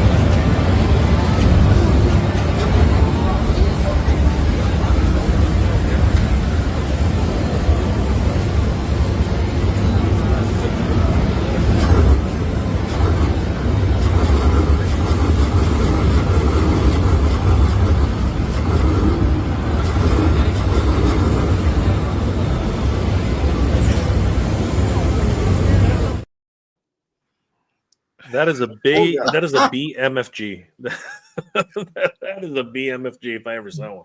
There are quite a few arcades around Dallas. I'm about to go looking for this thing, man. I got to try this out. I got to. Do we have arcades here? We have plenty up here. We got like free play, a couple like I think I did a video about one on our channel. But tell me this thing is around. I will go and get that card. It's not the same as them lead tokens, but man, I will be in the arcade playing this damn thing. Same. There was a place. I was gonna say there was a place in Houston. I mean, it's still there. I love it. Cidercade. Chad, that's where we had my wedding. We got one up in Dallas. Bachelor party. I didn't know there's a Cidercade in Dallas. That's awesome. I love Cidercade. Love it. Yeah, I'm sure it's gonna be there. Yeah, so this I think was, even though it's from Jet Games USA, like everything USA, a real American hero, I think it's overseas first. I think this is an international look. Could be wrong, but again, shout out to Atomic Heroes Arcade for that one. So, all right, cool. Moving on to the next one. All right, this is the game we know about from our speaking of arcades, Atomic Arcade, but it's for consoles, and it's the untitled AAA Snake Eyes game. And we've got 2 pictures. That's all we've got. But the news is that it's going to be a very Arkham-like game from the former heads of Rocksteady, who made the Arkham trilogy. Mega J, have you played the Arkham games like Arkham Asylum, Arkham City? Right. So I've never played. Well, okay, that's not a lie. I have played them with my brother. He's more of a gamer, as I told you. Those are fun. As long as you were there, were you in the room? Those are a lot of fun. They're a lot of fun. Yeah. And if you guys remember Batman v Superman, the scene where Batman takes on all the thugs to try and save spoiler ahead, Martha, that Right. was taken direct. That pretty much, I believe, was inspired by those video games, because the way he took those guys out was literally from Arkham Asylum, Arkham Knight. It was a crazy game. So if this is anything even near to that, it's going to be a great game. It's gonna actually Spider-Man. The Spider-Man games also take cues from that as well. So a lot of fun. What do you think of these teasers? I'll stick with you right now, and then I'll go to Jason when you're done. This is I think that these are pre-renders. They look way too good. Like this close up, they look way too good. But if that's actually real time, dear God, if that's in game, that's crazy. That is insane. If that's in game, that is ridiculous. Jason. Already, this detail looks amazing. I see we've got the blade, but we got an AR-15. My man is coming at you from all angles here. And just this detail in this armor with the design, especially the one where he had the weapon across his chest. You can see like some emblems, whatever that skull with the beret and the wings on the side. What are we looking at there? On this like a wrist gauntlet there, having on his chest plate. It looks like almost looks like chest plate. I see it. Yeah, right above the stock of the gun. But I mean that sick dragon design on the armor. Look, you got to give me a Gamerverse wave of GIJoe Classified if you're putting out a figure that looks like this. Yeah, look at his handle. Look at the detail in like the leather on the handle of his sword. Oh yeah, yeah, and even the knuckles of the gloves. But that blood, oh man, that's what's selling me right there. We ain't playing around here. We're looking at some Ninja Gaiden levels of violence right here. Yeah, but that's what I'm saying. I'm not sure this is. I'm thinking it's pre-render. I'm thinking that's like a cinematic kind of thing, because if it's at that fidelity, because even the Batman game, it doesn't look that good. But oh yeah, we can't trust anything that we're seeing this early in development. Even when they release the trailer, that's not how the game is going to look. That's a cinematic. So we still got to really wait for. We literally got 2 images. We got to wait for gameplay and story and so much more. I'm liking what I'm seeing. It's a teaser. It's supposed to get you excited, and it's working for me. And Ninja Gaiden 4 just hit. You mentioned Ninja Gaiden. I think we're going to get some sort of inspirations. If you look at just the balaclava and the helmet, you get that kind of level of detail that I hope to see in the Snake Eyes game. If it's going to be AAA, I mean, this is Platinum Games. You know, they make top of the line Bloodborne, Dark Souls, and hopefully, it can level. That's the thing. When I first heard Atomic Arcade, I'm like, who the fuck is that? And then they were like, nah, those are the dudes that made the Arkham games or whatever. And they were the heads. They weren't just like interns. I'm like, okay. We have a problem. Excuse my rude ass comment. Yeah, I know. Because, when there's a new company, you just never know. But we're looking ahead. And I think, Bobby, you mentioned about you're playing Ghost of Tsushima, the game from 3 years ago. I'm playing Ghost of Yotei. Jason just finished it. And then Red Dead Redemption also had a mode that you wanted to talk about. And then Wolverine game that we're very hyped about. These are modes in the Snake Eyes game that you hope to see. Yeah. Well, so like when I was thinking of with the Ghost of Tsushima, and Red Dead, I love the what is it when you focus? Your concentration. Concentration, yeah. Like with Red Dead, you're shooting your gun. With Well, it's Sakai. You're shooting the arrow. I mean, look, you give me Snake Eyes getting some concentration, or I don't know about the Ghost of Yote, but like in Tsushima, the ghost dance. If you don't get hit a few times, you get like the Berserker Rage. Like you got that with Wolverine. Fuck was it? X2 Origins. You got Wolverine. You got a Berserker Rage. Like you get like a limited time of just like unabashed, just like fucking fury. Give me Snake Eyes with that, like with Ghost. You know, when Sakai when the Ghost does have that Ghost stance, he's untouchable. Snake Eyes should have that. Like there should be something where Like a special power move just to separate it from other games where you're just shooting and stabbing. So exactly. I like that. Something significant that would tie it into who Like Snake Eyes truly is. A signature exactly, Snake Eyes move. especially as a ninja, especially with someone like yeah, you can have your Call of Duty like shooting, but at certain points, sometimes you have to pull out the sword. And I think Tony mentioned this, have like a secret mission, all sword based. He doesn't get hit after a certain pound. If he doesn't get hit, have it load up, and then boom, just go Cool. fucking ape shit with it. And boom, Jason, you mentioned something about flashbacks. You want to establish what that could mean in a Snake Eyes game. Flashbacks, like kind of a Metal Gear Solid avenue right there in a way, huh? Well, I mean, you're going to have a character that the majority of the time is not going to be voicing things. So we're still going to have we're going to have a good story with this.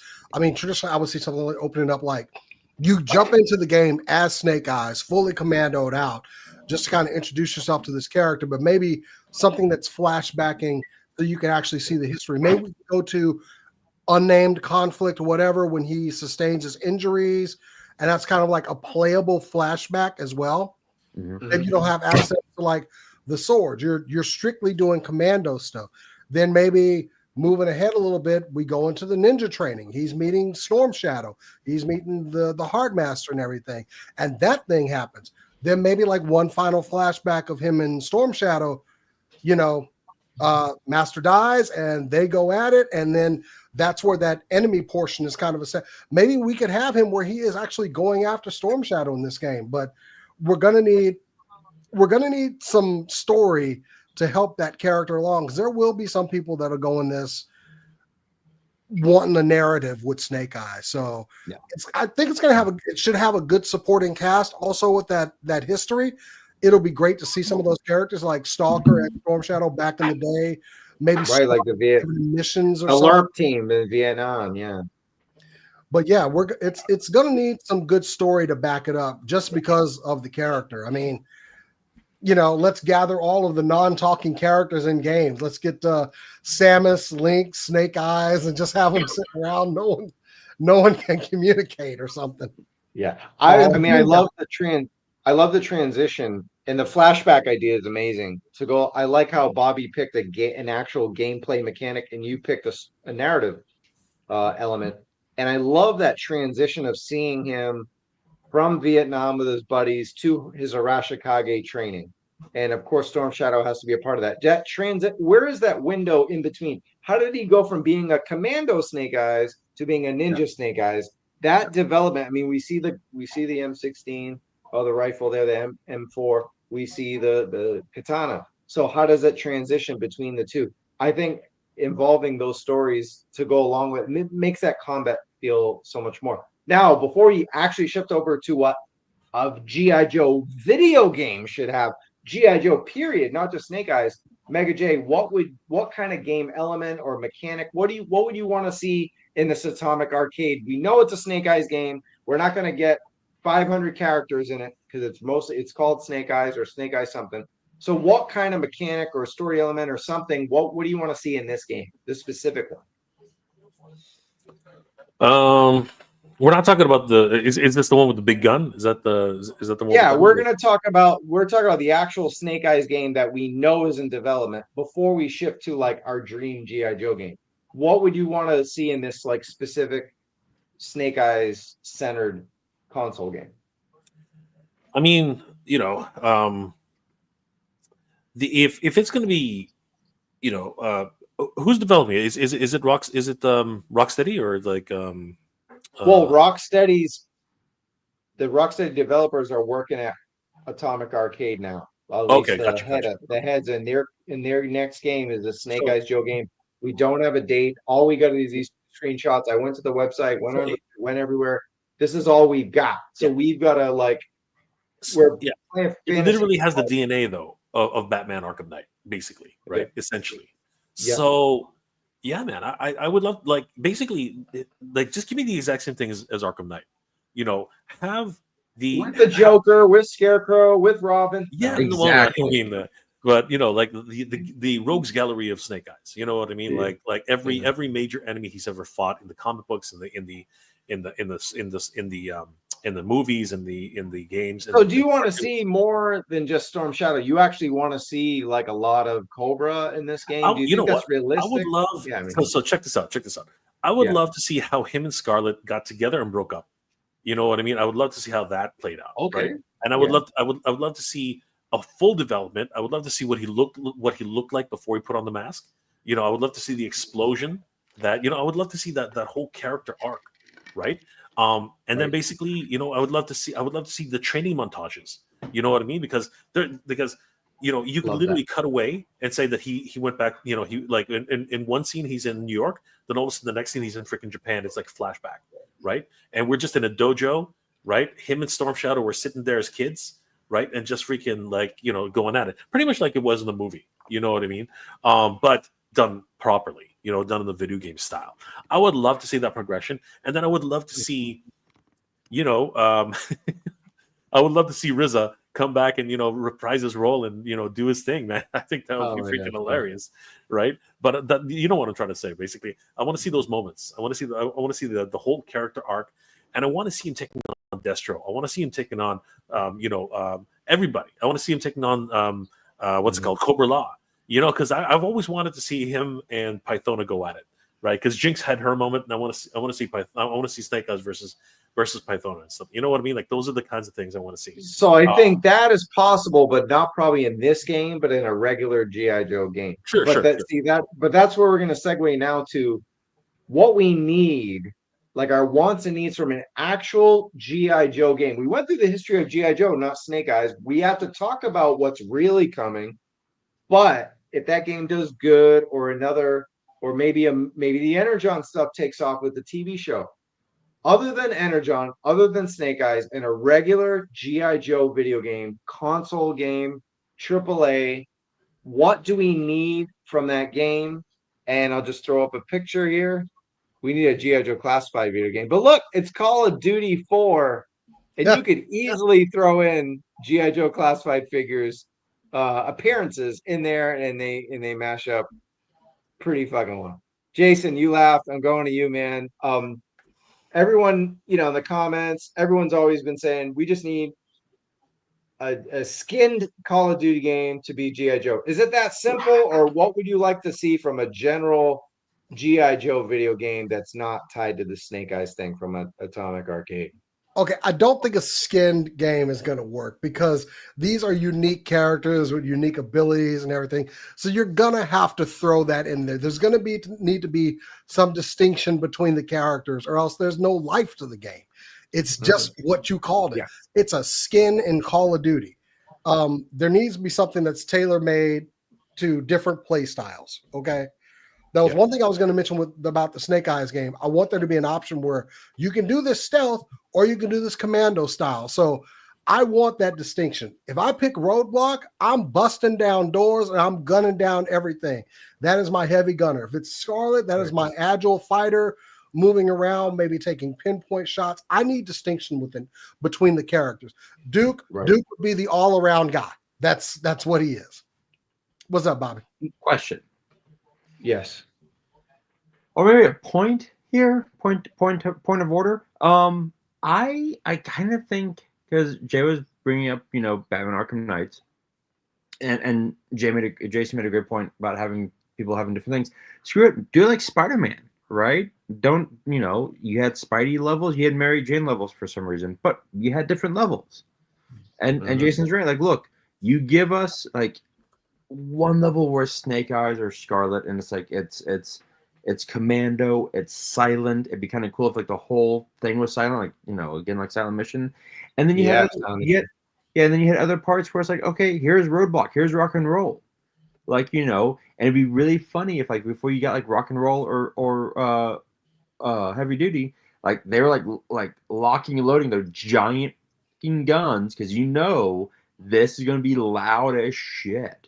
Ooh, Hawk is picking the people for the teams from just like that's the mission. Okay, bring up Scarlet and Snake Eyes or whatever, and then just move into their mission. I think that'd be kind of a cool little feature. I like where you're going, Bobby. I like that.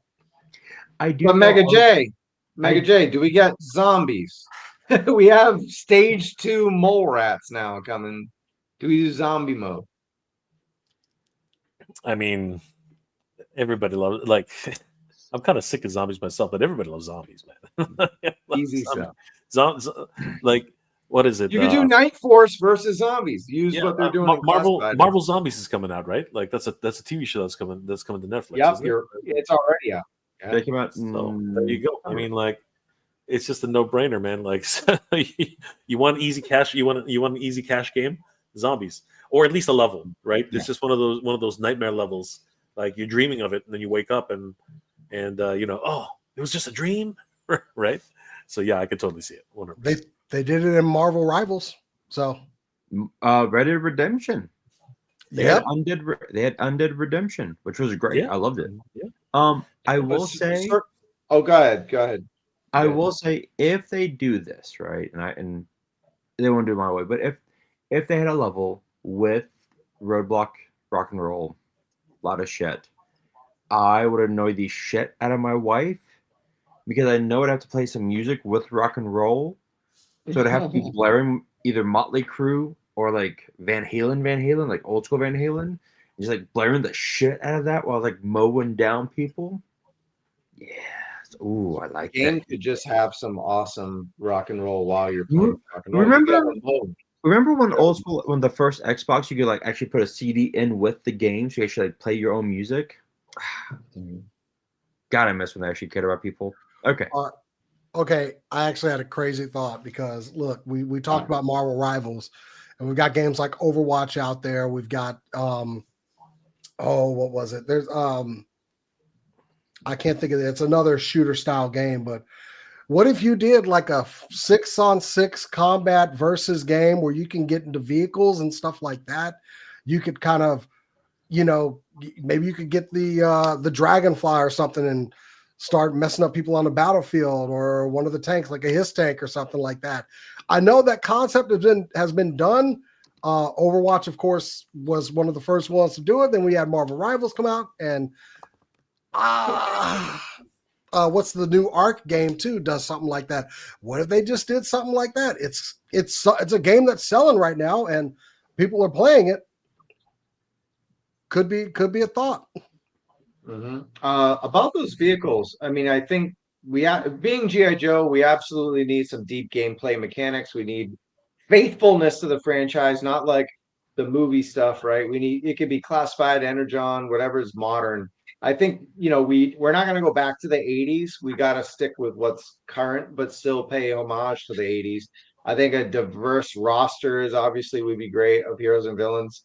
Lots of customizable options, like I showed these Call of Duty and Battlefield characters that we have, because you could suit up customizing them and making them look like maybe there's a V2 versions of these characters that you make. V3, you can make a Night Force version. That way they're in the game.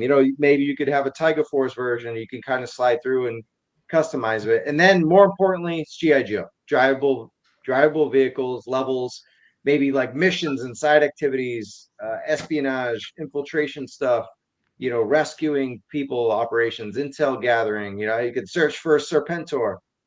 We definitely need all the iconic locations from the cartoons and everything in the comics would make it modernized. And I think some of these games like Command and Conquer and Company of Heroes and Battlefield really do this aesthetic well. They just don't have the license to GI Joe.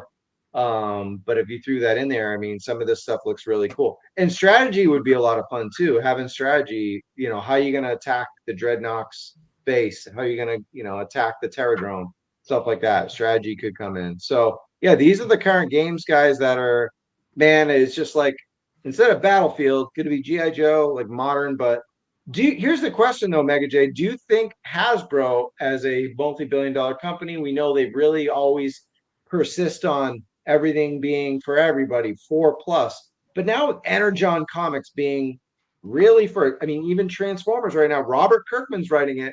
It's pretty, and it's and Daniel Warren Johnson before that. It's pretty violent. These are not really comics for kids. Energon is for adults. Maybe they recognize finally, hey, comics. The only people buying them are 40 and 50-year-old dudes, and women too. But I'm just saying, like, the kids are not buying the comics. Energon show is coming out, right? We talked about that. We don't know if it's going to come to Amazon or not, but we know The Boys, we know Invincible. Those are violent cartoons. They said that Energon would be adult. Yep. So can we get a video game like this that's for adults, that's not just Wrath of Cobra where it's cute little sprites and arcadey? Will they go edgy? Is it possible that Hasbro would just say, fine, we know our audience, like GIJoe? I mean, what do you think? Do we think we'll get an Arkham violent game? We saw blood on the sword of Snake Eyes. I mean, it's possible, right? Yeah. There's so I mean, at the end of the day, this the screenshots that we're seeing from the Snake Eyes game. I mean, like, if that's indication with the blood and the whole idea that the pedigree of Batman, that I'm hoping that's something possible. And if Hasbro is allowing for the creative freedom, as they should, right, to video game teams, to just stretch their wings. I mean, like, it would make sense. You know what I mean? And if you're going to do a zombie game, it's got to be gory. You know what I mean? So there's a lot of leeway there, right? It really depends on what kind of like restrictions that Hasbro is going to put on them. But we are talking about the same company that just will not do certain things like Hooded Cobra Commander, but they'll do Baron Zemo. It's just a weird thing. It's just a weird thing in toys. Well, Baron Zemo is probably a Disney decision and not a Hasbro decision, right? So maybe, but it's still Hasbro still did it, and their stance was the way they positioned it was that, you know what, we're never going to do hooded characters, and they did a hooded character. So again, it's a weird place for toys, but we're not talking about toys. We're talking about video games, and I think that video games are in a different realm. I think that when they allow for these licenses, there is a certain point where creative control has to be given up, and I think that it's about time Hasbro give up a little bit more control on that aspect of it, because if you're going to create a game where your main character can kill somebody, then you have to be ready to let go of that control, because that's no longer your choice, right? So here, fingers crossed that the answer is going to be yes. I'm thinking that the actual directors of the game will make the right decisions. And again, as Jason has alluded to it, as Bobby said, this very early in development, so anything can happen at this point. But my fingers are crossed that this is going to be a game which appeals to a lot of audiences, specifically adult audiences. I'm hoping for it. Yeah, right. And I think this is a good point, guys. Dirty Knife says, I mean, fucking kids are already playing, whether you like it or not. Not enough parents care to tell their kids, you can't play this, you can't play that. They're already playing Call of Duty. Right? So it's a large base. And look at this. This is the freaking Ghost Viper. He's in the freaking game. I mean, these are the 3 looks. That's actually just a Call of Duty screenshot, but man, pretty close though. Holy shit. I know, we talked to Lenny and Tonya a bunch of times on the show, and they've admitted that they've been inspired by their kids' games. They've been inspired by video games, Call of Duty and Battlefield and Battlefront and so forth. So yeah, I mean, this shit could happen. I mean, look at the ghost face here, and then look at the figure on the right, that we just got. It's pretty similar, the masks Yeah. that we're getting. So we're already getting Call of Duty style figures. Why not just actually make the damn game skinned up? Bobby, what do you think? I mean, is it possible? Will Hasbro finally, they're giving us adult comics, adult TV show on the way. We saw the adult game with Snake Eyes, but will we get a regular G.I. Joe adult like everyone's asking for it, Call of Duty, Battlefield, Battlefront type game? I'm gonna say yes, and here's why. Hasbro, as dumb of decisions as they make, they're too greedy, and to go, oh, let's make a game that none of our people who buy our figures, our comics, etc., are gonna pass on, right? Like I think that if you give them, if someone goes, hey, here's a great game, it will make you this much money, but it has to be like mature. Hasbro will see the dollar signs and go, oh yes, give me that. 100%. They're too greedy. And also, Call of Duty makes, Call of Duty, Battlefield, like those are bankable games. GTA, Right. bankable games. Like I think Hasbro, as we see with the price increases, realizes that the bulk of their collectors are our age. So they would be stupid as fuck to make, go, we're gonna make a kiddie game. Nope, that'd be stupid. I don't see them being that.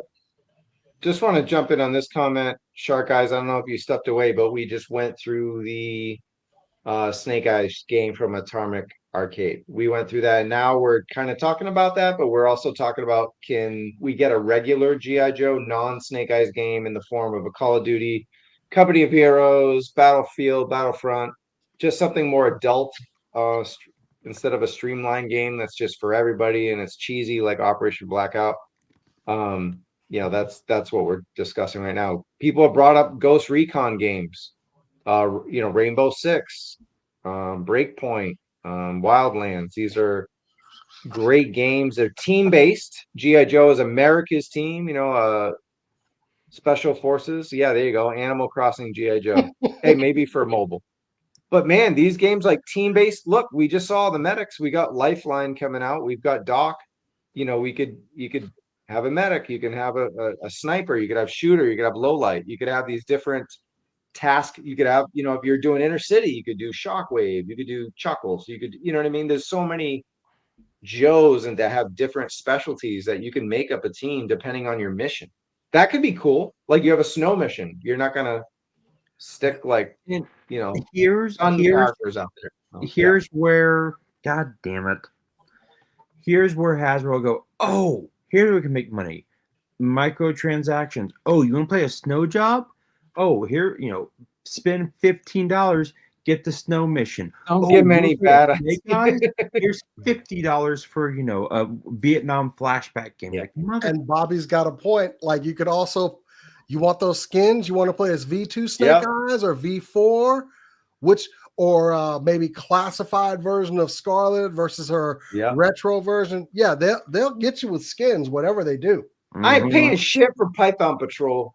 I know, right? I would too. I was just thinking something like that. Like, if I get Roadblock and I like Roadblock's second suit better than, well, I'm gonna want that one. My squad's gonna be dressed up how I want them. I just like this one or that one or Pain Brothers Snake Eyes. You want those skins?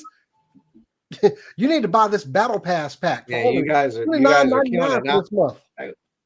It's bad enough we're paying $28 for figures, and now you want to pay $15 for a damn skin. But look, you can do third-person shooter. You could do open world like the Ghost games that we just talked about. Company of Heroes as tactical strategy. You could wreck Cobra bases, steal Cobra vehicles, get the Joe equipment airdrop. All kind of stuff. Right? I mean, I like the custom gear idea. The character menu allows you to make the Joes as a four-man team and then kind of assemble those specific traits like I talked about, sneaking, medic, all that stuff. So It's cool. I mean, look at all the customization from the Ghost Recon games too. And so, yeah, I mean, this looks like fucking Night Force Ripcord. I mean, it looks no different than that figure that came with the HasLab. And then here's another look at Ghost Recon Breakpoint. So, and then yeah, Battlefront. Do you guys remember this? Because this is good point. when you could actually operate. I think, like we said, the vehicles are important. Yep. This did it well. These games weren't perfect, but when it came to vehicular combat, I think they did it well. So it'd be fun, man, hopping around the Trouble Bubbles and Night Ravens and Sky Strikers and Vamps, right? Yeah. Yep, that would be awesome. Yep. I mean, look how cool this would be in action if this was Joe skin. This seems like the way to go right here. Battlefront, yeah, maybe. Because And then last one, distinction between the oh, characters. what was that again, Jay? Sorry. Well, that's Say it what again? this would get that distinction between the characters, like I was saying. Like I want them to have their specialties, and this is a perfect model. I hate I didn't think about this one. I did play these games. Yeah. Shark Guy says, remember Operation Desert Strike for the Sega Mega Drive? I don't think we got. Do we ever get the Mega Drive? What's the Mega Drive? I know don't what think it we is. got I that just either. never had one. That might be Australia. It's the same thing as a SAT. It's the same thing as a Genesis. So I mean, like, Oh, it's a Genesis. They call It's it the Mega exact- Drive in Australia. Okay. Mega Drive is the equivalent of it's the Japanese and European and Australian. Got it. Oh, okay. Well, The last Genesis. game I wanted to point out was XCOM. Even though it's sci-fi here, aliens and everything, just like the way they do strategy would be cool. You know, if they ever wanted to do a G.I. Joe strategy game separate from kind of what we're talking about, if they modeled XCOM, it could be a lot of fun. It could be a lot, and it's a great way to use every character possible without having to put a lot of money into it, you know, because they're just like little sprites and you kind of like take your time strategy. They don't have to do a complicated engine for it. So, and then they have all the customized character. This is actually a Long War mod where they made it more modern military kind of stuff. And then Marvel Ultimate Alliance as a G.I. Joe game, guys. This, if we want to have an arcade style game, isometric with all the specialties, this is it right here. man, when they broke out X-Men Legends, the first one of this, I think me and my wife played that game for till like 3 o'clock in the morning. But then Ultimate Alliance came and just like blew everything out of the water. Oh man, Ultimate Alliance. This was my jam back in the day. Yeah, this is so good. And you had the different skins. There you go. Yep. You need to give us the money for those skins. Skins and power. Yeah, Those I are mean that's four pretty much. microtransactions. I know. I mean that's pretty much it. I just wanted to mention a couple other things. I thought like upgrading a Terradrome or a pit or USS Flag would be cool if you do those strategy games. And then Tony, who couldn't be on the show this week, said it would be cool to have missions for Dreadnoks and Night Force and Resolute missions and sub teams and special missions and stuff like that too. So I thought that was a good idea as well. But yeah, before you go, do we have any closing thoughts, Mega J, on the future of G.I. Joe video games, just from what we talked about tonight and the hope that we have? Well, anything's possible in today's day and age. I mean, He-Man's getting a freaking video game now. You know what I mean? It's not going to be a Metal Gear Solid or this cool Snake Eyes game that's probably coming out. But Right. anything is possible. You know, the 80s IPs are treasure troves for the IP holders, right? So the stuff that we see in the arcade game, which has that BMFG, you know what I mean? This tease for this new Snake Eyes game, right? The pedigree that actually comes from G.I. Joe video games, you know what I mean? I'm hoping and wanting, more games for G.I. Joe, and in some ways, video games become mini movies, which they're able to do things that Hollywood can't. You know what I mean? And that's actually why I'm really hoping, much like the Spider-Man game, much like the Arkham Knight game, that G.I. Joe will have a very similar type of treatment for this game. Any other closing thoughts, Jason? One thing is we should probably circle back around is there was, for a time, Hasbro talked about going into video games and entertainment instead of toys. And now we're getting every day I got a toy on my front porch. So that's obviously bullshit. But that was a thought of theirs, was heading in that direction. Did you have any kind of thought tying in that original thought of Hasbro's direction to what we went over tonight? I mean, I don't think we're ever going to see Hasbro. I mean, hell, they wanted to do movies, and look where that went. But yeah, exactly. As far as licensing things out, I mean, I just played 2 games within the vein of Snake Eyes with Assassin's Creed Shadows and Ghost of Yotei. So easily a popular genre, especially in that style and that type of gameplay.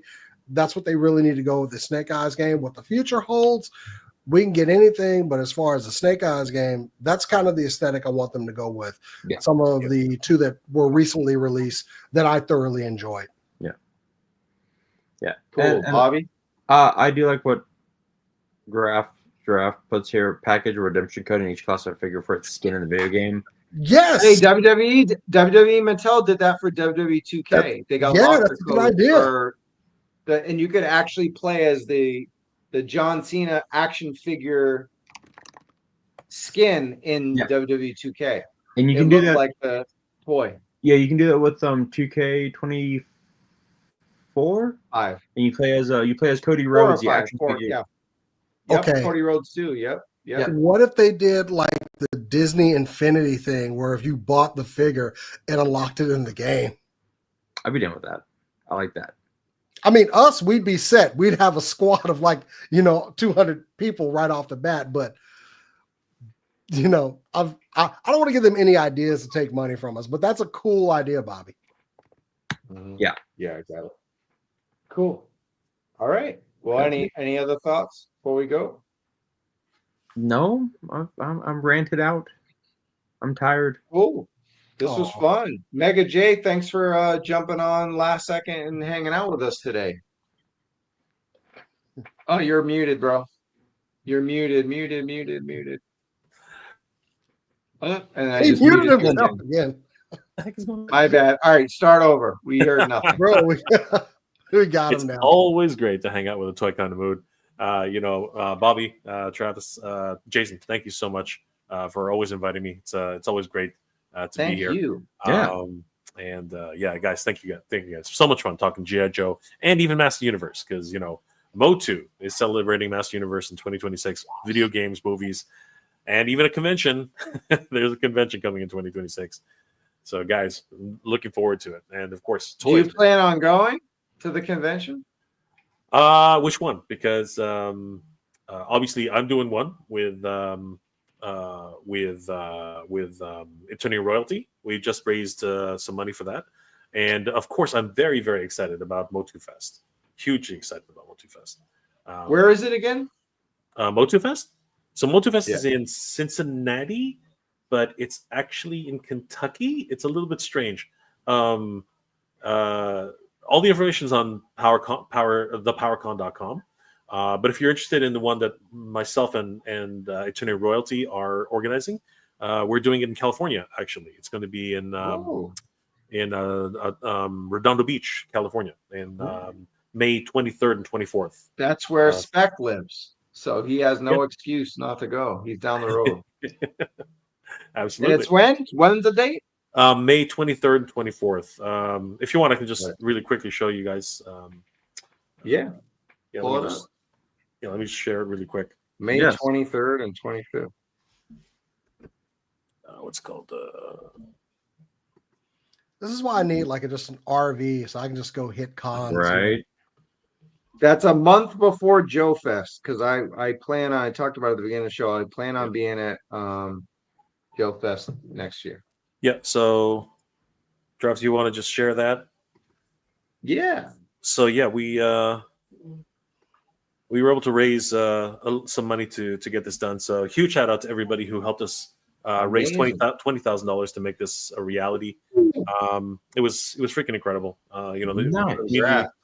The community came forward and really made everything happen. That's awesome. Yeah, we reached our $20,000 stretch goal, and we were just shy of $25,000. So that's our final goal. But we do have late pledging if anybody's interested in helping us. And let me show you the hotel. Yeah. Yeah. So. Down. Is there a stretch goal to crash on Specs' couch or his basement? Oh, we're just doing that. Yeah. That'd be awesome. Yeah. 100%. You guys, of course, you guys are always welcome. Just tell me you guys are coming. We'll make it happen. So we got a whole bunch of different guests who are coming, including the voice of Shira. She's been confirmed. Nice. But sorry. I still have to get her. I still have to get her autograph. Yeah, she's freaking such a sweetheart. So yeah, it's happening at the Terrence Marriott in Redondo Beach, California. The Torrance Marriott in Redondo Beach, California. It's a wonderful venue. We're really excited, and actually, believe it or not, PowerCon was in this venue multiple times. So we were very lucky to be able to get this venue. We just opened up our room rates, so people can start booking their rooms. And basically, we hope to see everybody there. And if you need food, I mean, the Del Amo Fashion Center is right across the street, and they got tons of options. We were very, very happy and hugely excited that everyone was able to help us. Guys, please, if you guys are interested, happy to see everybody there. And like I said, the voice of Shira, Melanie Britt, is actually going to be there. We're super excited to have her. And Motooniverse 2026, everybody. Huge shout out to everybody who helped us make this happen. So thank you guys again, and it's always a pleasure to be here. Of course. Hey, Bobby, have you talked to K Wish about this? This is the first I've heard about it, and I was about to ask Jay if he can send me the link so I can send it to Steve about this, because he loves. Yeah. So really quick, since you guys are, again, it's really simple. You can just go to motooniversecon.com. Now the holding page is there right now, but I'll give you guys a sneak peek on the page, which is going to be posted tomorrow anyway. So this is our full website. It's going to be posted tomorrow, basically we are celebrating the fact that Motooniverse is actually going to be Master Universe is going to be everywhere in 2026. It's going to be absolutely huge. As I said earlier, the hotel bookings, you can actually do them right now on our site. So you can start booking your hotels. And yeah, we unlocked our third stretch goal, 20,000K. 20K. Oh my God. If you guys would just want to, sorry? No, it's like, it's late. Don't worry. Yeah. I know, basically. Tomorrow this whole site will be up. So you guys can just go to motooniversecon.com. Bobby, I'll give you the address. Thanks, and it has all the information from the hotel to all the guests who are going to be appearing there. We have some great guests coming. Melody Britt, the voice of She-Ra, William Stout, who designed all the characters from the Master Universe original motion picture. So He-Man, He-Man, Teela, Skeletor. The Skeletor makeup was inspired by him. Writer Tim Sheridan, who's worked on so many different projects, including Revolution. He did Transformers, War for Cybertron on Netflix. Yep. He also worked on. He's still working on Star Trek Lower Decks. So incredible writer. We have Joshua Skye, who's writing the current lore of Master Universe in mini comic format, and two incredible artists, Tony Washington and Ken Coleman, who are just absolutely killing it in the Master Universe artist scene. And of course, the hotel, as I mentioned earlier, the Redondo Beach Marriott in Torrance, California. Torrance Marriott. It'll be nice that time of the year, so you can head over to the beach. It's good weather. It'll be in May, so you can't go. It's not going to be like the weather we got now. I think it's raining here in Cali, but yeah, it'll be a good time for sure. It's so crazy. Thanks for sharing that, Jay. Appreciate that. Appreciate it, brother. Thank you so much. Well, I think that's it for a Toy Kind of Mood, guys. So for Bobby, Jay, and Mega J from Travis Moody, it's episode 245 on the road to 250. We're almost there, and we'll have holiday specials, best of the year. We're gonna kill it towards the end of the year. So very excited. So thank you all for tuning in, and we'll see you in the 12. All right. Peace.